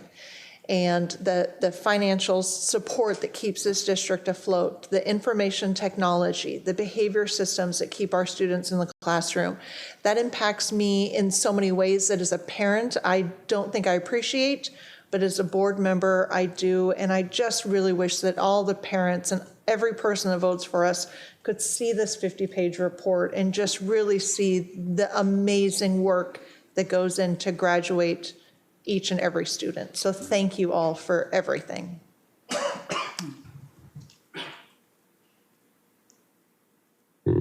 Director Lucy? Sure thing. I have a list, so I won't go through everything, but I would like to say thank you for the 21st century skills definition and rubrics development that you've done. I have been waiting for that, and I'm very glad to see that, and looking forward to more information in that area. Thank you so much for the TPEP with nurses and directors coming on board. It is showing that we are a district that values the hard work that goes into evaluating our staff and what they do, and that we strive so much for distinguished and proficiency status. And it just shows that we put a lot of effort into providing our staff people with the professional development they need in order for them to grow. And so I'm glad that different elements and staff people are coming into that TPEP program. And so that's a good thing. Thank you so much for the diversified pathways in the people structure and systems that you're doing and alternative routes for a certification program. Thank you very much for the work that you've done in that area, because again, as Dr. Scott said, when we can bring in more people that reflect the makeup of the community, we're showing that we value their work and we value the community so much more. And so I'm very grateful that you've gone to that direction. Thank you so much for the atomic learning. I haven't yet had the opportunity to take advantage of that on a director, individual person, but to allow people the opportunity to professionally grow in talent and skills that they may not have also shows the benefit we place on each individual to become better than what they are. They're already good, but they can become better than what they are. It is very amazing that we were the only one in Washington State invited to the National P3 Institute, and that we were a participant in that area. That says so much more to me when we are making those inroads in early learning is important. It's important for our kids to be able to enter kindergarten ready, become learners, readers at 3rd grade, and then to become graduates at 12th grade. And when we develop a strategic plan that puts a lot of emphasis in that direction, it shows that we are very much concerned for the whole child and making sure that our kids are career and college and life ready. So thank you.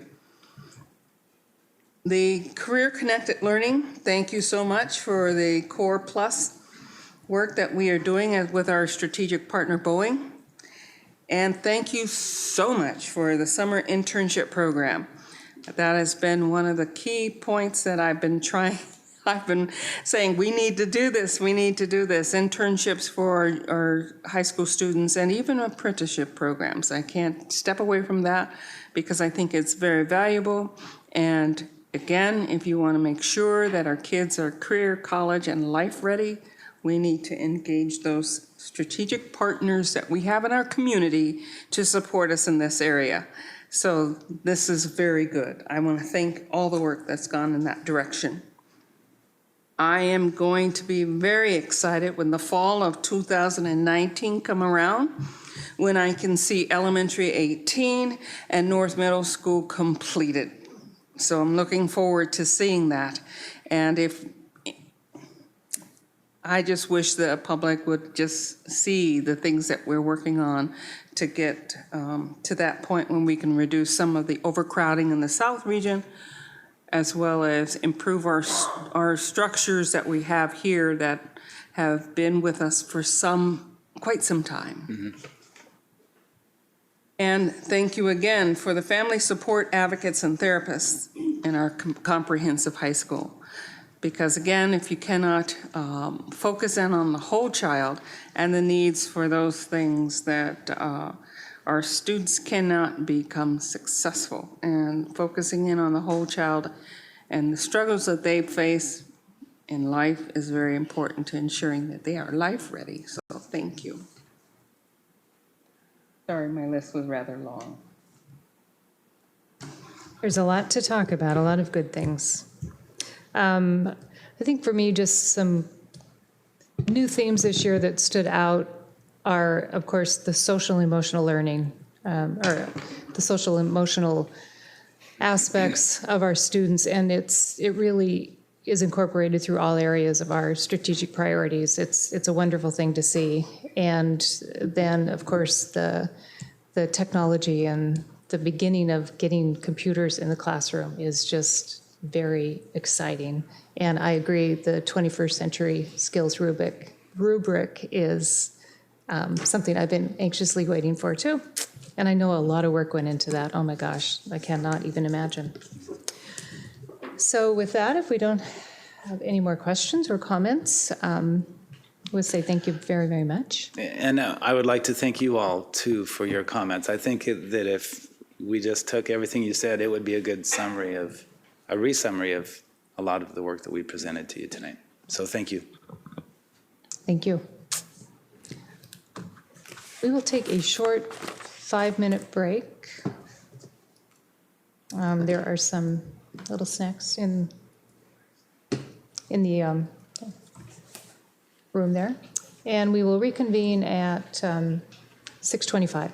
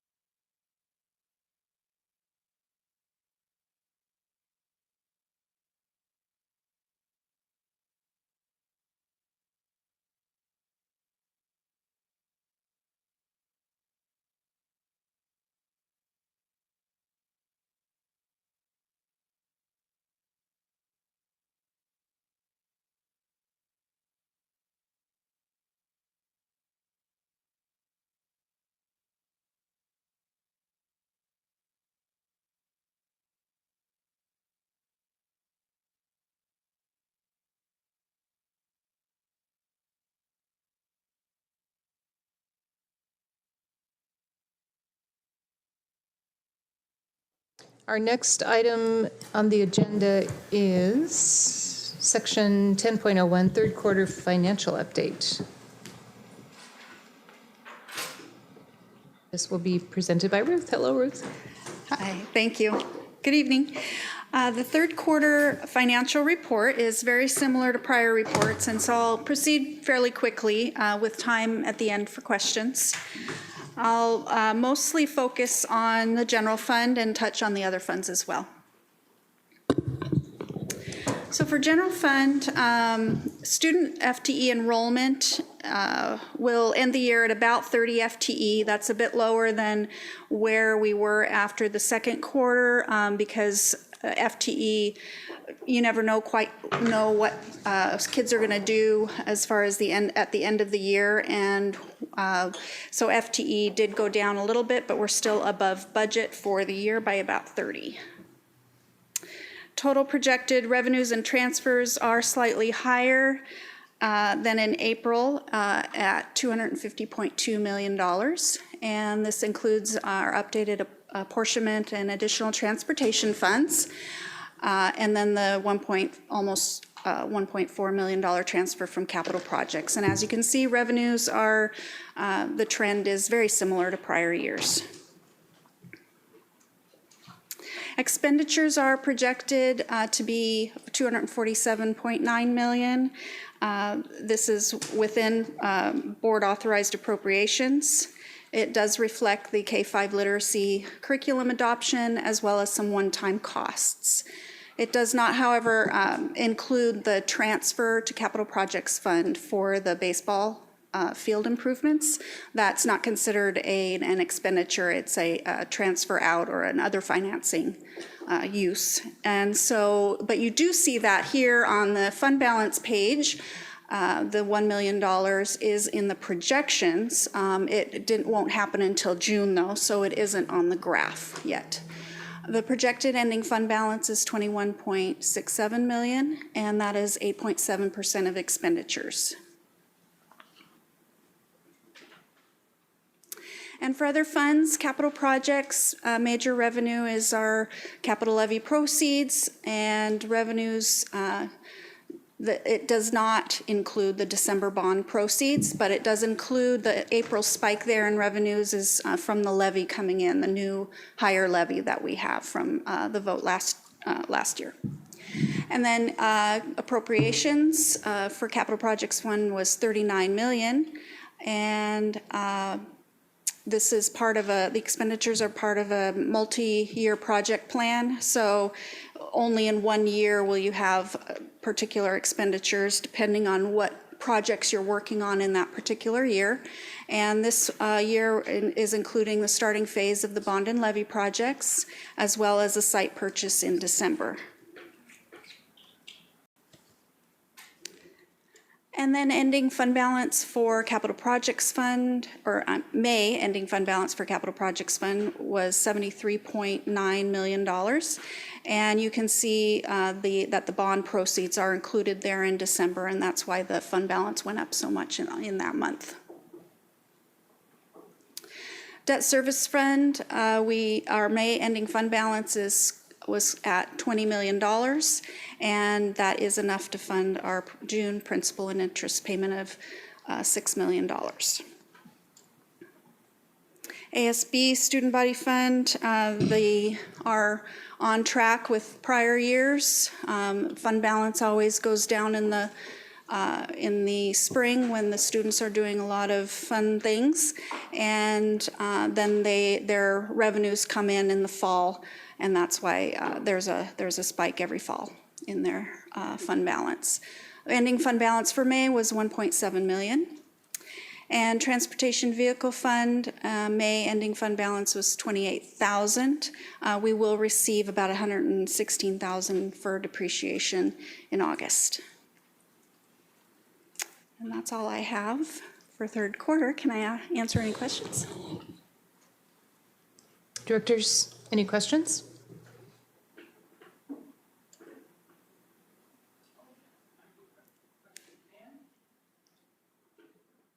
Maybe this may not be directed towards you, but to Mike. but what do we do if in case the work on the baseball field tends to be more complicated than what we anticipate? Where would those funds come? Directly from our our reserves, or do we then have to go back and bring it forward for approval if we have any unexpected growth to that work? Did you want to address? Yes, okay. Thank you for the question. The question, as I understand it, is relating to the project to replace the natural grass turf with synthetic turf at the baseball stadium at Memorial Stadium. Yeah. Right now, we anticipate that project should cost no more than $1.9 million. And the estimate that we've actually worked up is less than that. So we added a little bit just to give us some buffer there. In the event that that the project comes in over the budget, we will have to identify as soon as we get the information that it would be over the budget, we would have to figure out where the extra money would come from and if we should proceed. We do have a provision in the amendment that you approved tonight in the consent agenda that allows us in the event that the project is over that cost, then we do have the ability to terminate that amendment and not proceed with the project if we wanted to. The district does. Mm-hmm. I was just concerned because of the drainage situation and the potential for those types of issues to grow in cost. Sure. I would remind you, the last two projects with synthetic turf that we bid, which have been both in the last couple of months, have come in under budget, and they both were designed by D.A. Hogan and Associates. They're the same company that's designing the project at Memorial Stadium. I wish I could have them design a high school for us, or they're really pretty they know good. the market pretty well, Okay. it appears. Thank you. Thank you. Right, I just have a question on the ASB ending fund balance. I believe we've brought up several times about the fact that perhaps the ASBs are carrying too much money at over $1.5 million amongst the 4 high schools, and just wondering if we can continue to help them understand that they need to spend their money. I know it's nothing you can change, but just to put on the record there that that's a whole lot of money that they're holding on to year after year, that the students that are putting in this year, seniors, they're not going to see it. So it's Right. It's a new training process every year because there is turnover in the students, and I talk with them about that every year, and then we talk about it heavily when it comes time to budget. But kind of at the budget time, it's a little bit too late. So Yeah. I anticipate having those conversations a lot earlier this year. Yeah, it would just be because they have a nice pattern here. Yes. That just to get that lower, and just know that they can get that lower. So thank you. It's hard to spend more than you bring in. It's counterintuitive to them. Yeah, no, and it's good that they're managing this, but it's still. Yeah. Thank you. Thank you. Is that everything? I don't have any questions. That was a very great presentation. Thank you. Thank you.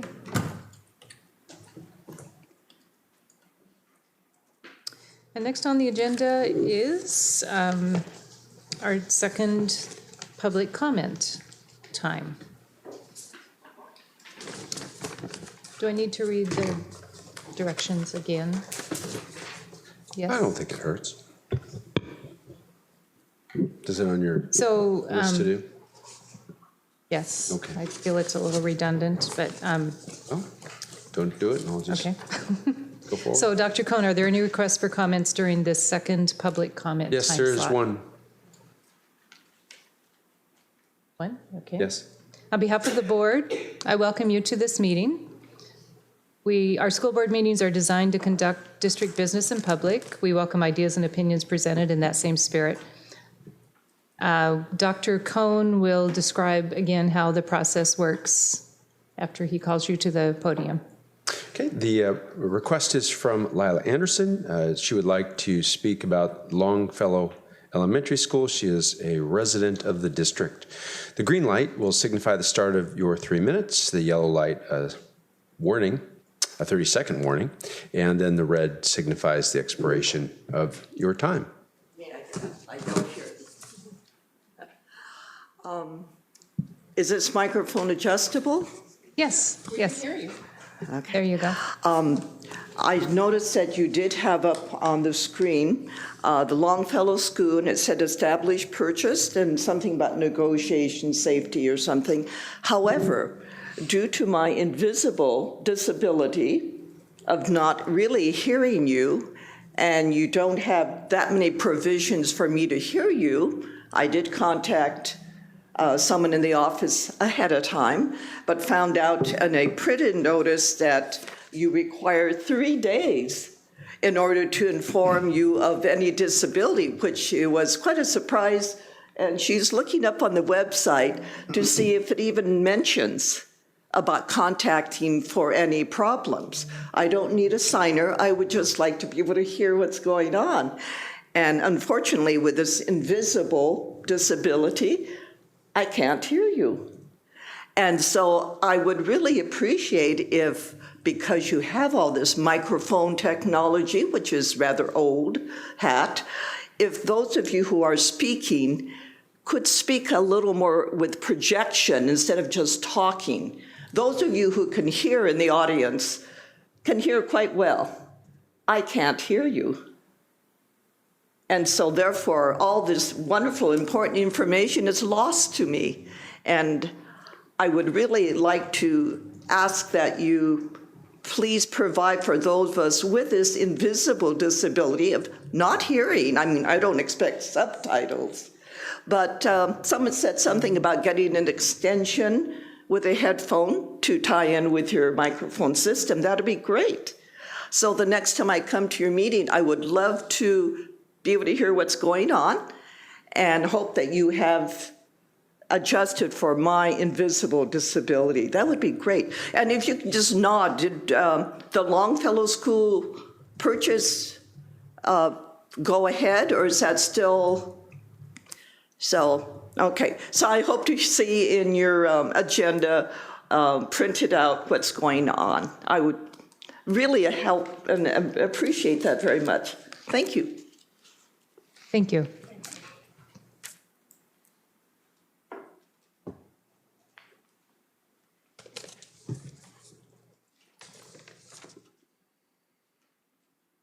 And now we'll move on to section 13.0, adoption of the operating budget for next fiscal year 2017 through 2018.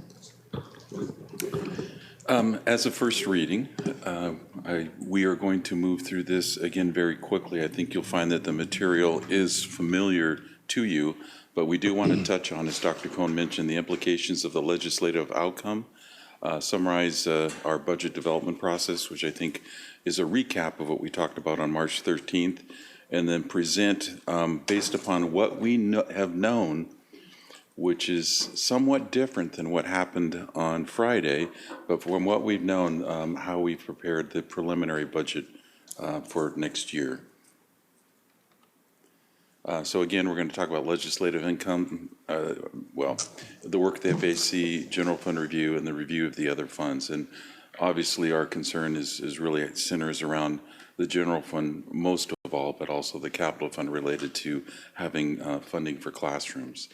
So as the budget was released Thursday, and then more clarity in terms of a bill, at this point in time, I'm just going to talk about the implications for the 2017-18 budget and how our assumptions may vary from that.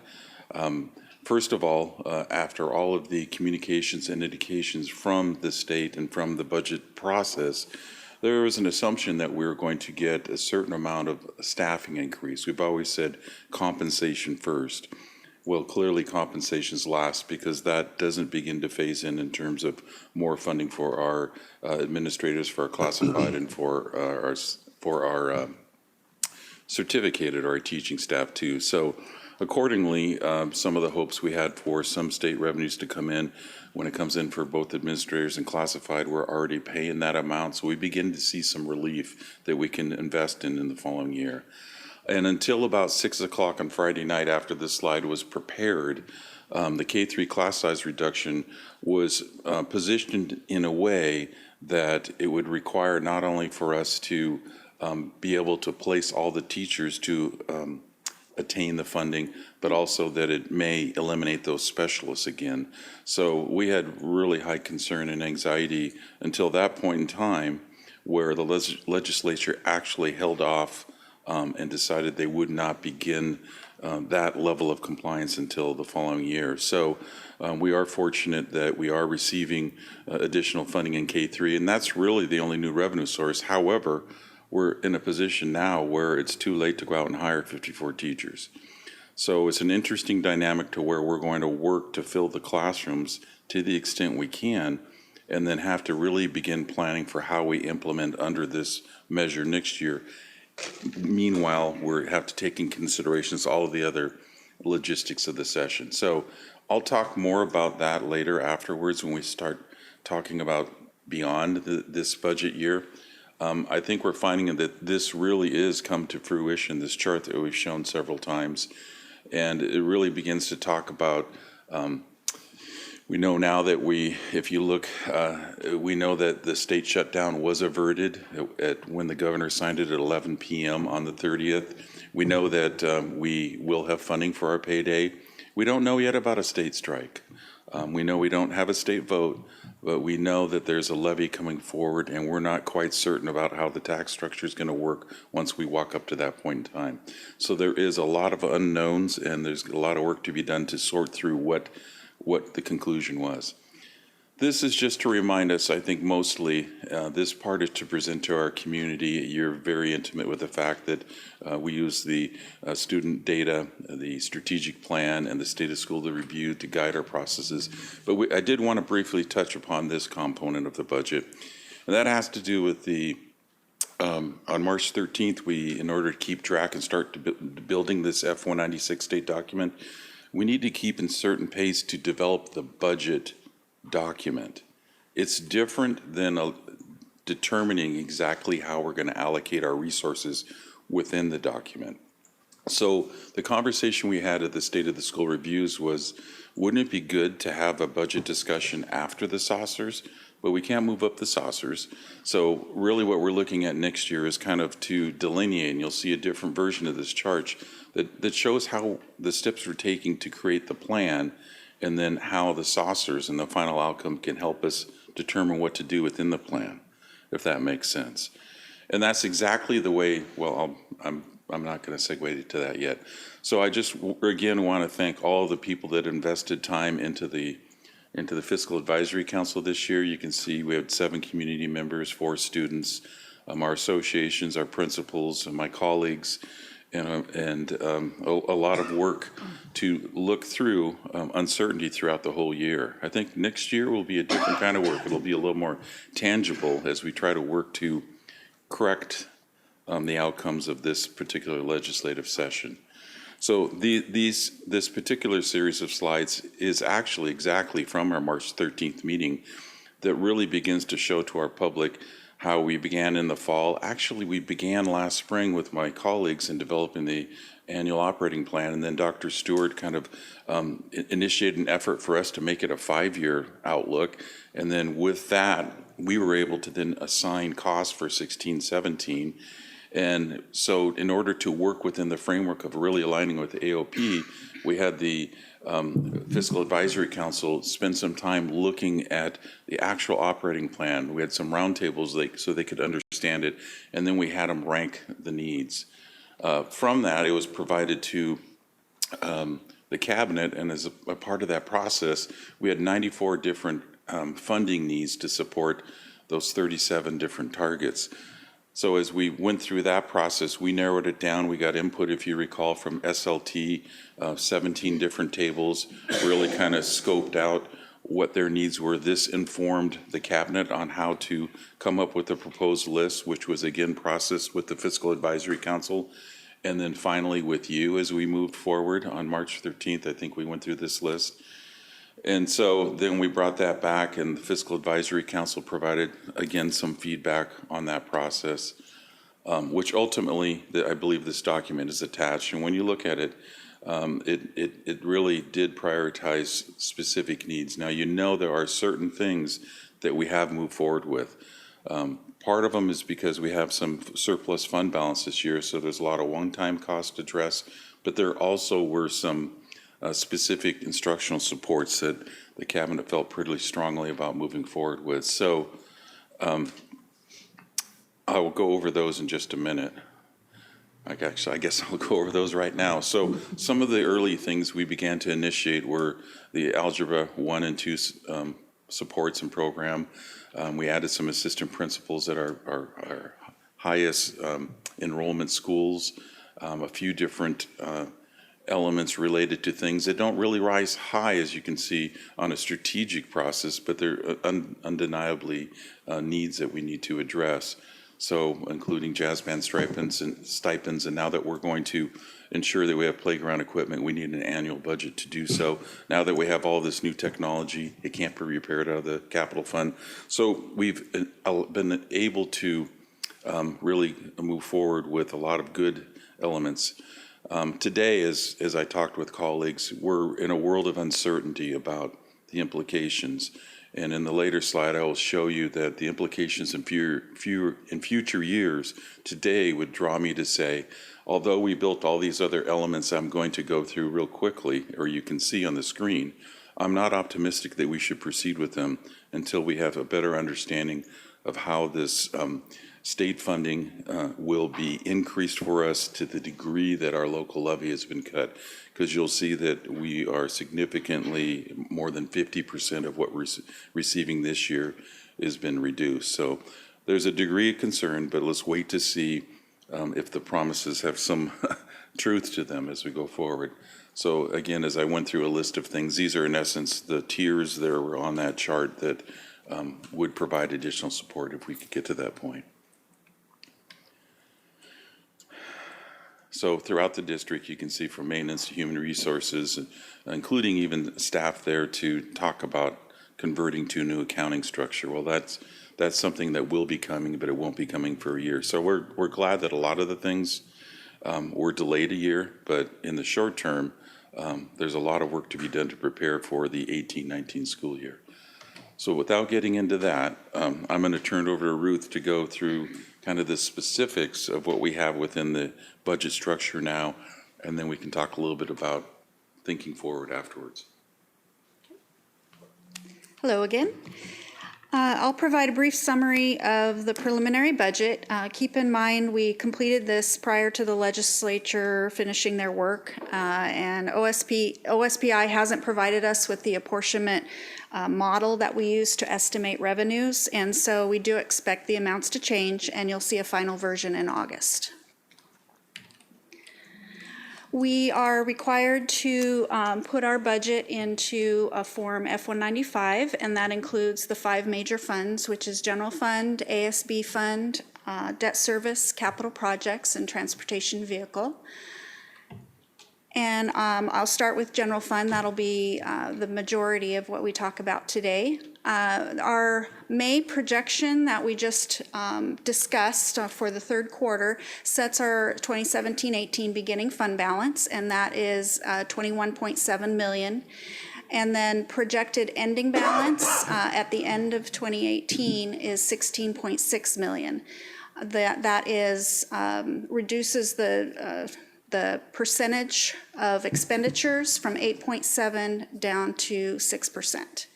And this amount protects the district's minimum fund balance target of 5%, and doesn't include provide for a buffer for all possible legislative interpretations. And as I said, we still need to put everything through the funding model from OSPI.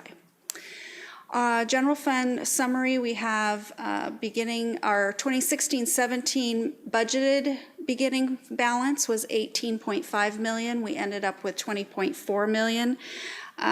Those included we were, with those extra funds, we were able to do some one-time only purchases, and including the curriculum adoption and other one-time equipment purchases, as well as the $1 million transfer to Capital Projects Fund. The budget, as I said before, has a beginning fund balance of $21.7 million, revenues of $271.2 million, with expenditures of $276.3 million, means that an ending fund balance is that $16.6 million that I mentioned before at the 6% of expenditures. Unassigned would be just under 5% of expenditures.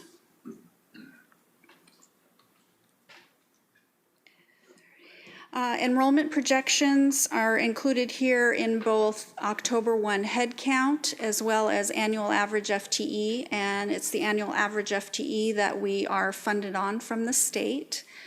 And our head count, we expect to go up about 280 students, and FTE, including running start and open doors, we expect to be an increase of about 320 FTE. As far as staffing, we have an increase of expecting an increase of about 74 FTE. That does include some contingency positions. And as you can see, the majority of it is in certificated FTE, certificated staff. That includes, as I said, some contingency in all areas. And if we do not implement those contingent positions, then the actual FTE would go down. Yes. Nothing, I just. Budgeted revenues, this is a breakdown by state revenue code, and basically the majority of the revenues that are in this budget are state general purpose, which is the apportionment, as well as state special purpose. Keep in mind there are contingency revenues in there.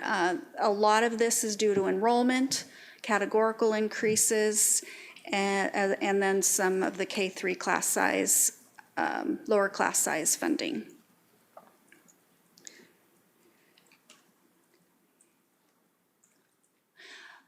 And then this is a chart for revenues. The state funds, including state general purpose and special purpose, is about 70.8% of district total revenues. And that is a bit higher than in prior years, mostly because we were, in this budget, we do have contingency revenues in there that anticipating additional state funds.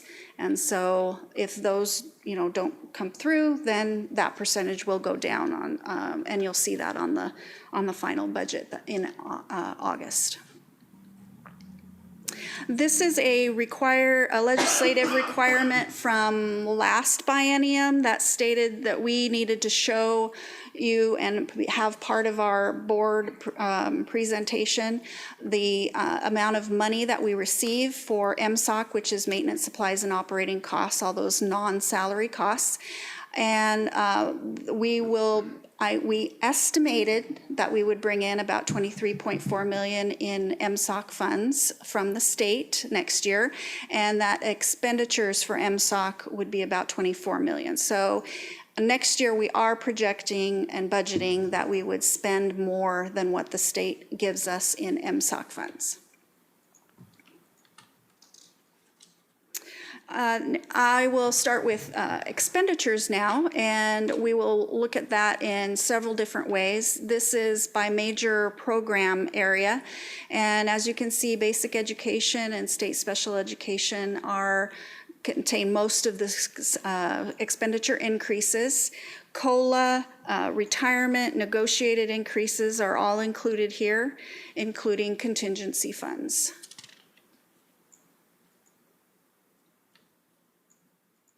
And then a pie chart on those areas, those program areas.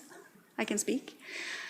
And then this is even more of a detail on program. It's by individual program based on the state program code.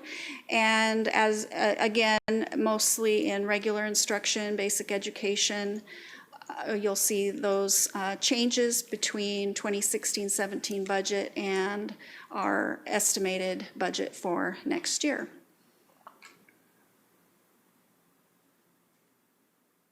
And then categorical programs are there as well, about $1.3 million increase in expenditures with offsetting revenues as well. And then support services, $3.6 million increase from the prior year budget. The other way we can look at expenditures is by activity. Teaching and teaching support includes professional development, instructional technology, as well as curriculum activities. These differences include the COLA, collective bargaining, everything that we've discussed prior, as well as some contingencies.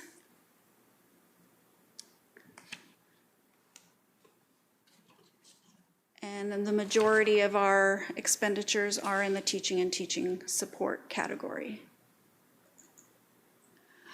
Budgeted expenditures by object is another way to look at expenditures, and certificated salaries, classified salaries, and employee benefits and payroll taxes make up about 85% of our budget, which is similar to other years. And the increases there are include supplies and material increases. We have a curriculum adoption in there, as well as purchase services for transportation contract and other contractual services related to special education contracts, those kinds of items. And then this shows you that the majority of our expenditures are in those salaries and benefits areas. And for our other funds, ASB, the budget here that we're displaying here is exactly the same as the one that you saw in May. It is projecting about $800,000 in ending fund balance, which is a projection to decrease by a couple $100,000. And that is something that we have been talking with the kids about, decreasing their fund balance, and they did budget that this year. Especially one group of kids. Debt service fund, actual beginning balance was about the same as what we had anticipated, and then our year end for 17-18 funding balance we expect to be about $19.8 million. The principal and interest payments for a spring 2018 bond sale actually begins the following year, so the ending fund balance is increasing next year in preparation for making those payments, principal and interest payments, starting the following year. Capital projects, we have we're projecting an ending balance in 2018 of $52.2 million. And that includes an operating transfer out to general fund of $2.2 million, and that's for the software licenses and some maintenance that were part of the levy. Here are some of the major projects that this budget includes. The number one would be the new elementary, number 18. That project is really getting going. And the North Middle School modernization, as well as some technology initiatives, including one-to-one mobile devices and life cycle management and upgrades, technology infrastructure, and some other portable and property purchase options that are also included in this budget. We have a couple of additional staffing items in capital projects as well, including the planning principal for the new elementary school and 2 field technicians. Transportation vehicle fund balance, we usually budget everything that we believe we're going to bring into that fund, including the depreciation, although we plan to purchase 2 buses, but there will be capacity for more if we need to do that. Although the depreciation money comes in at the very end of the year, so we won't have the cash to spend all of that until the following year. As far as next steps, the budget staff, finance staff will be working this month and next month on unpacking what the legislative outcomes and waiting for OSPI to provide their model for projecting revenues, and then we will adjust all of these slides and provide you with an update in August. I can answer any questions, hopefully. Directors, any questions? I have one question regarding, I understand what Running Start is, but what is Open Doors? That is the program that we bring, Graduation Alliance. Okay. That we bring. Graduation Alliance, okay. Thank you very much. And as we are expanding with career and technical education in the district, and I see for the 2017-2018 expected expenditures of an increase of $1 million. As what was presented today was an expected, as those things grow, are we expecting grants to take care of any differences as they grow, or how will those additional funds be accumulated and pay for that work? The great majority of the $1 million that you noted is COLA and some of those costs that we needed to make just to keep rolling with the program. Mm-hmm. Those additional costs, Because I believe. that's people, those are Right. people funds. Right. Yeah. I believe that the plan is for those to be funded with donations and grants and that Grants. kind of thing. And then as the district can support it, then we will. Okay, because those are people costs, and I understand we're growing with more people involved in the program, so I'm just wondering. Okay. And thank you. Do you have any other statements to there? Do you have anything to add to that? You're welcome. Excuse me, Director Mitchell? No? I had a question on the MSOC funding. Is it typical that we spend more in MSOC No, actually. categories than we receive in revenues? That's actually a change from prior years. We generally end up using some of those funds for other for employee costs, such as PD and things like that, that we don't get specific revenue from the state for. Mm-hmm. And so the MSOC money ends up paying for those kinds of things, not supplies and purchase services and travel and capital outlay. But this year, as you can see, it was a change, and we actually are spending more in those categories than what I projected the state will give us in MSOC. So it's not necessarily a change in the revenue funding, it's a change in our expenditures? Mm-hmm. Yes. Okay.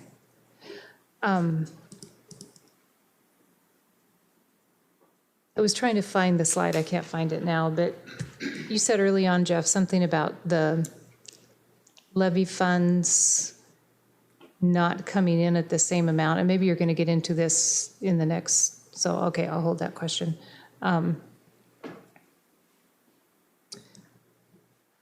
guess just some comments. The laying out the process that you go through to create the budget is I think really good information for our public. It's like it doesn't just happen overnight, and this really, once you adopt the budget, you start all over again, and setting out all the different people and staff and community members that have been involved, I think is really meaningful. I think it tells a really good story of how in-depth we go to create a realistic budget and one that meets all the needs. And I guess I'm just sorry that you guys went to all this work and now you have to tweak it all based on the legislature. We knew it was coming. I feel your pain.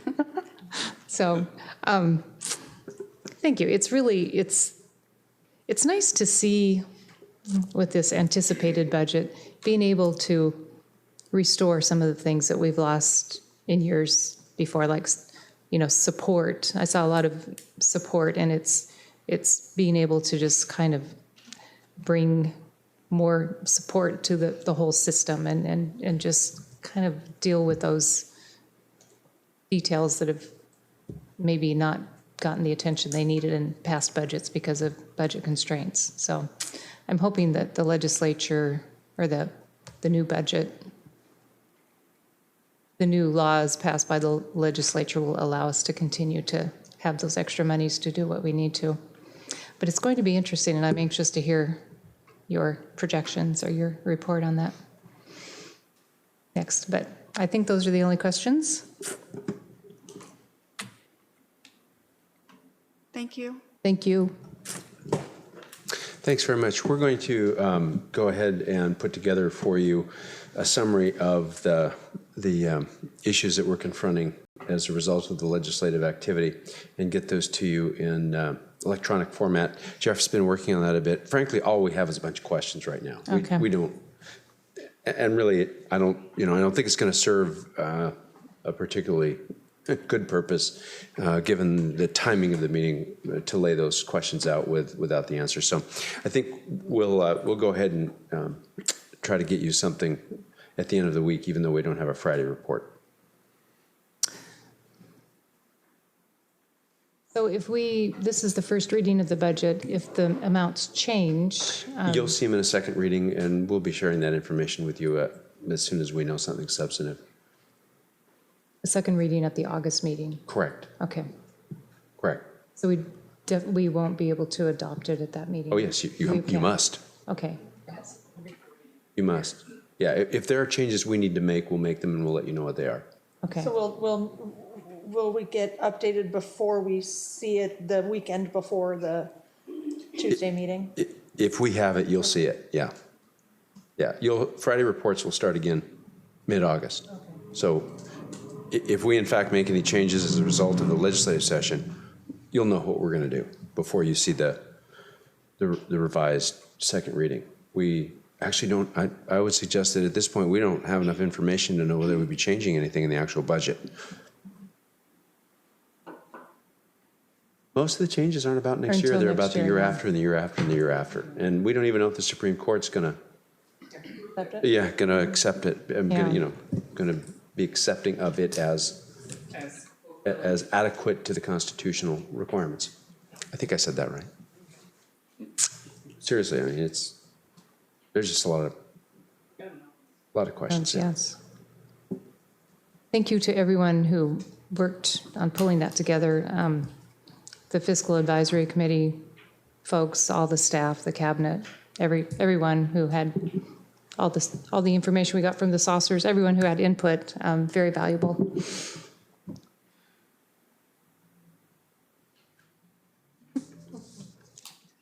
Okay, we will move on to section 14.0, upcoming agenda items. Dr. Cohn, can you let us know about our upcoming agenda items, please? Yes, 14.1 is your regular meeting on August 29. You do not have a strategic progress monitoring item nor a policy review item scheduled for that meeting. You do have the second reading and hearing for the budget. You have a final report on your goal progress, the June and July financial reports. We expect one or more college and the high school contracts, since they're supposed to be done before the school year starts now. We will have that legislative session report for you in some detail. And then we expect the YMCA agreement to be on that agenda. We place it, in this case, not in the consent agenda, so that Director Wenda doesn't have to abstain from the entire consent agenda. 14.2 is your special meeting on August 30 and 31. It's your board annual workshop. We've provided you a couple of drafts of that workshop agenda. You've responded to it. Staff are working on details at this point. You'll see another version of it.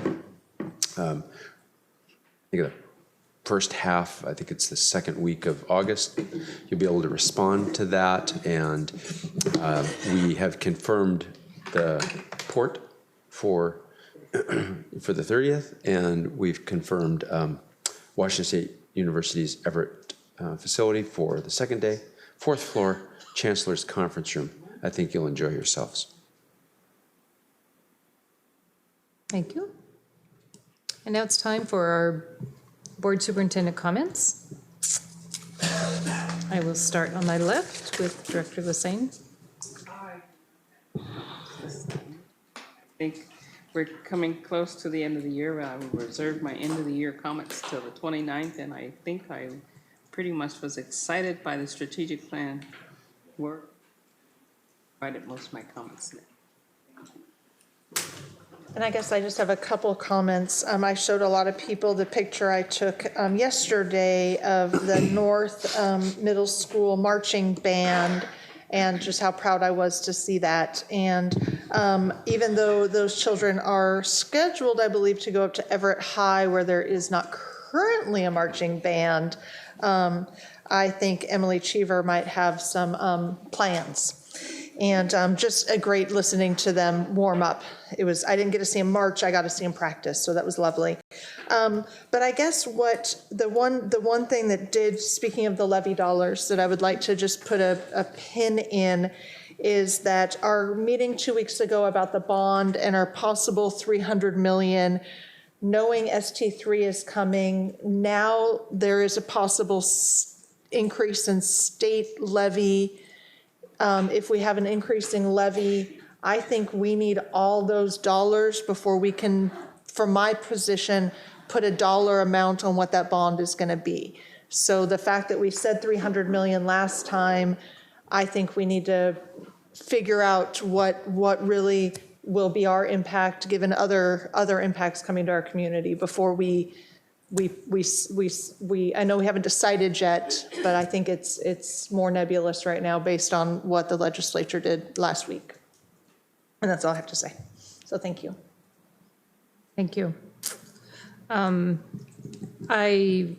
will just say in closing, I'm very excited to see the numbers in summer school.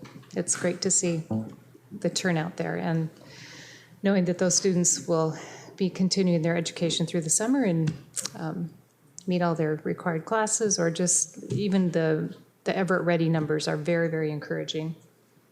Thank you for the strategic plan update. We don't really segment our work into years as such. It's continuing, and as you said, it's difficult work, and there's so many moving parts, and it's just impressive to know how smoothly they go throughout the year, and just sit back and reflect on the good progress that's been made. And with that, Dr. Cohn, do you have comments? Just a couple of really quick items. Larry was good enough to send me a little note from Jackson High School that our TSA team included 10 top 10 in the nation honors for 17 of the TSA members who went. That's out of 8,000 competitors. So it's a pretty substantial result, and you'll be able to congratulate Druvik when he is back. That's why he's not with us. He received an honor in debate, and you will remember Harshu from a couple of, Harshu received in what's called Sci-Vi or Sci-Viz, and software development. The other students' names I'm not sure you'd recognize. So we'll see what we can do about getting you some information on that really significant accomplishment. The other thing I would note is that while we're doing the work that we're doing, I hopped out to the board's policy on meetings, and found the information on contacting the superintendent's office no later than 3 days before a meeting for accommodations. Also found that on board docs. I note that it's not in some of the material on the website where the board information is. So Leanna's going to adjust that so that statement is in one or two of the pages. So it's in multiple places for folks who might not otherwise find it. It's a good lesson for us. We rarely receive a request, and one of the things that we asked Jarrett to do when we received the request was find out the extent to which our system provides wireless headphones. And so we're going to do a little bit of work on that. All right? Yes, that's a good idea. Just also a thank you again for the great budget presentation, and I wish you well in wading through the legislative changes. And one last congratulations to Joyce. Dr. Stewart, thank you. And let's see, do I need to do, this concludes our regularly scheduled meeting.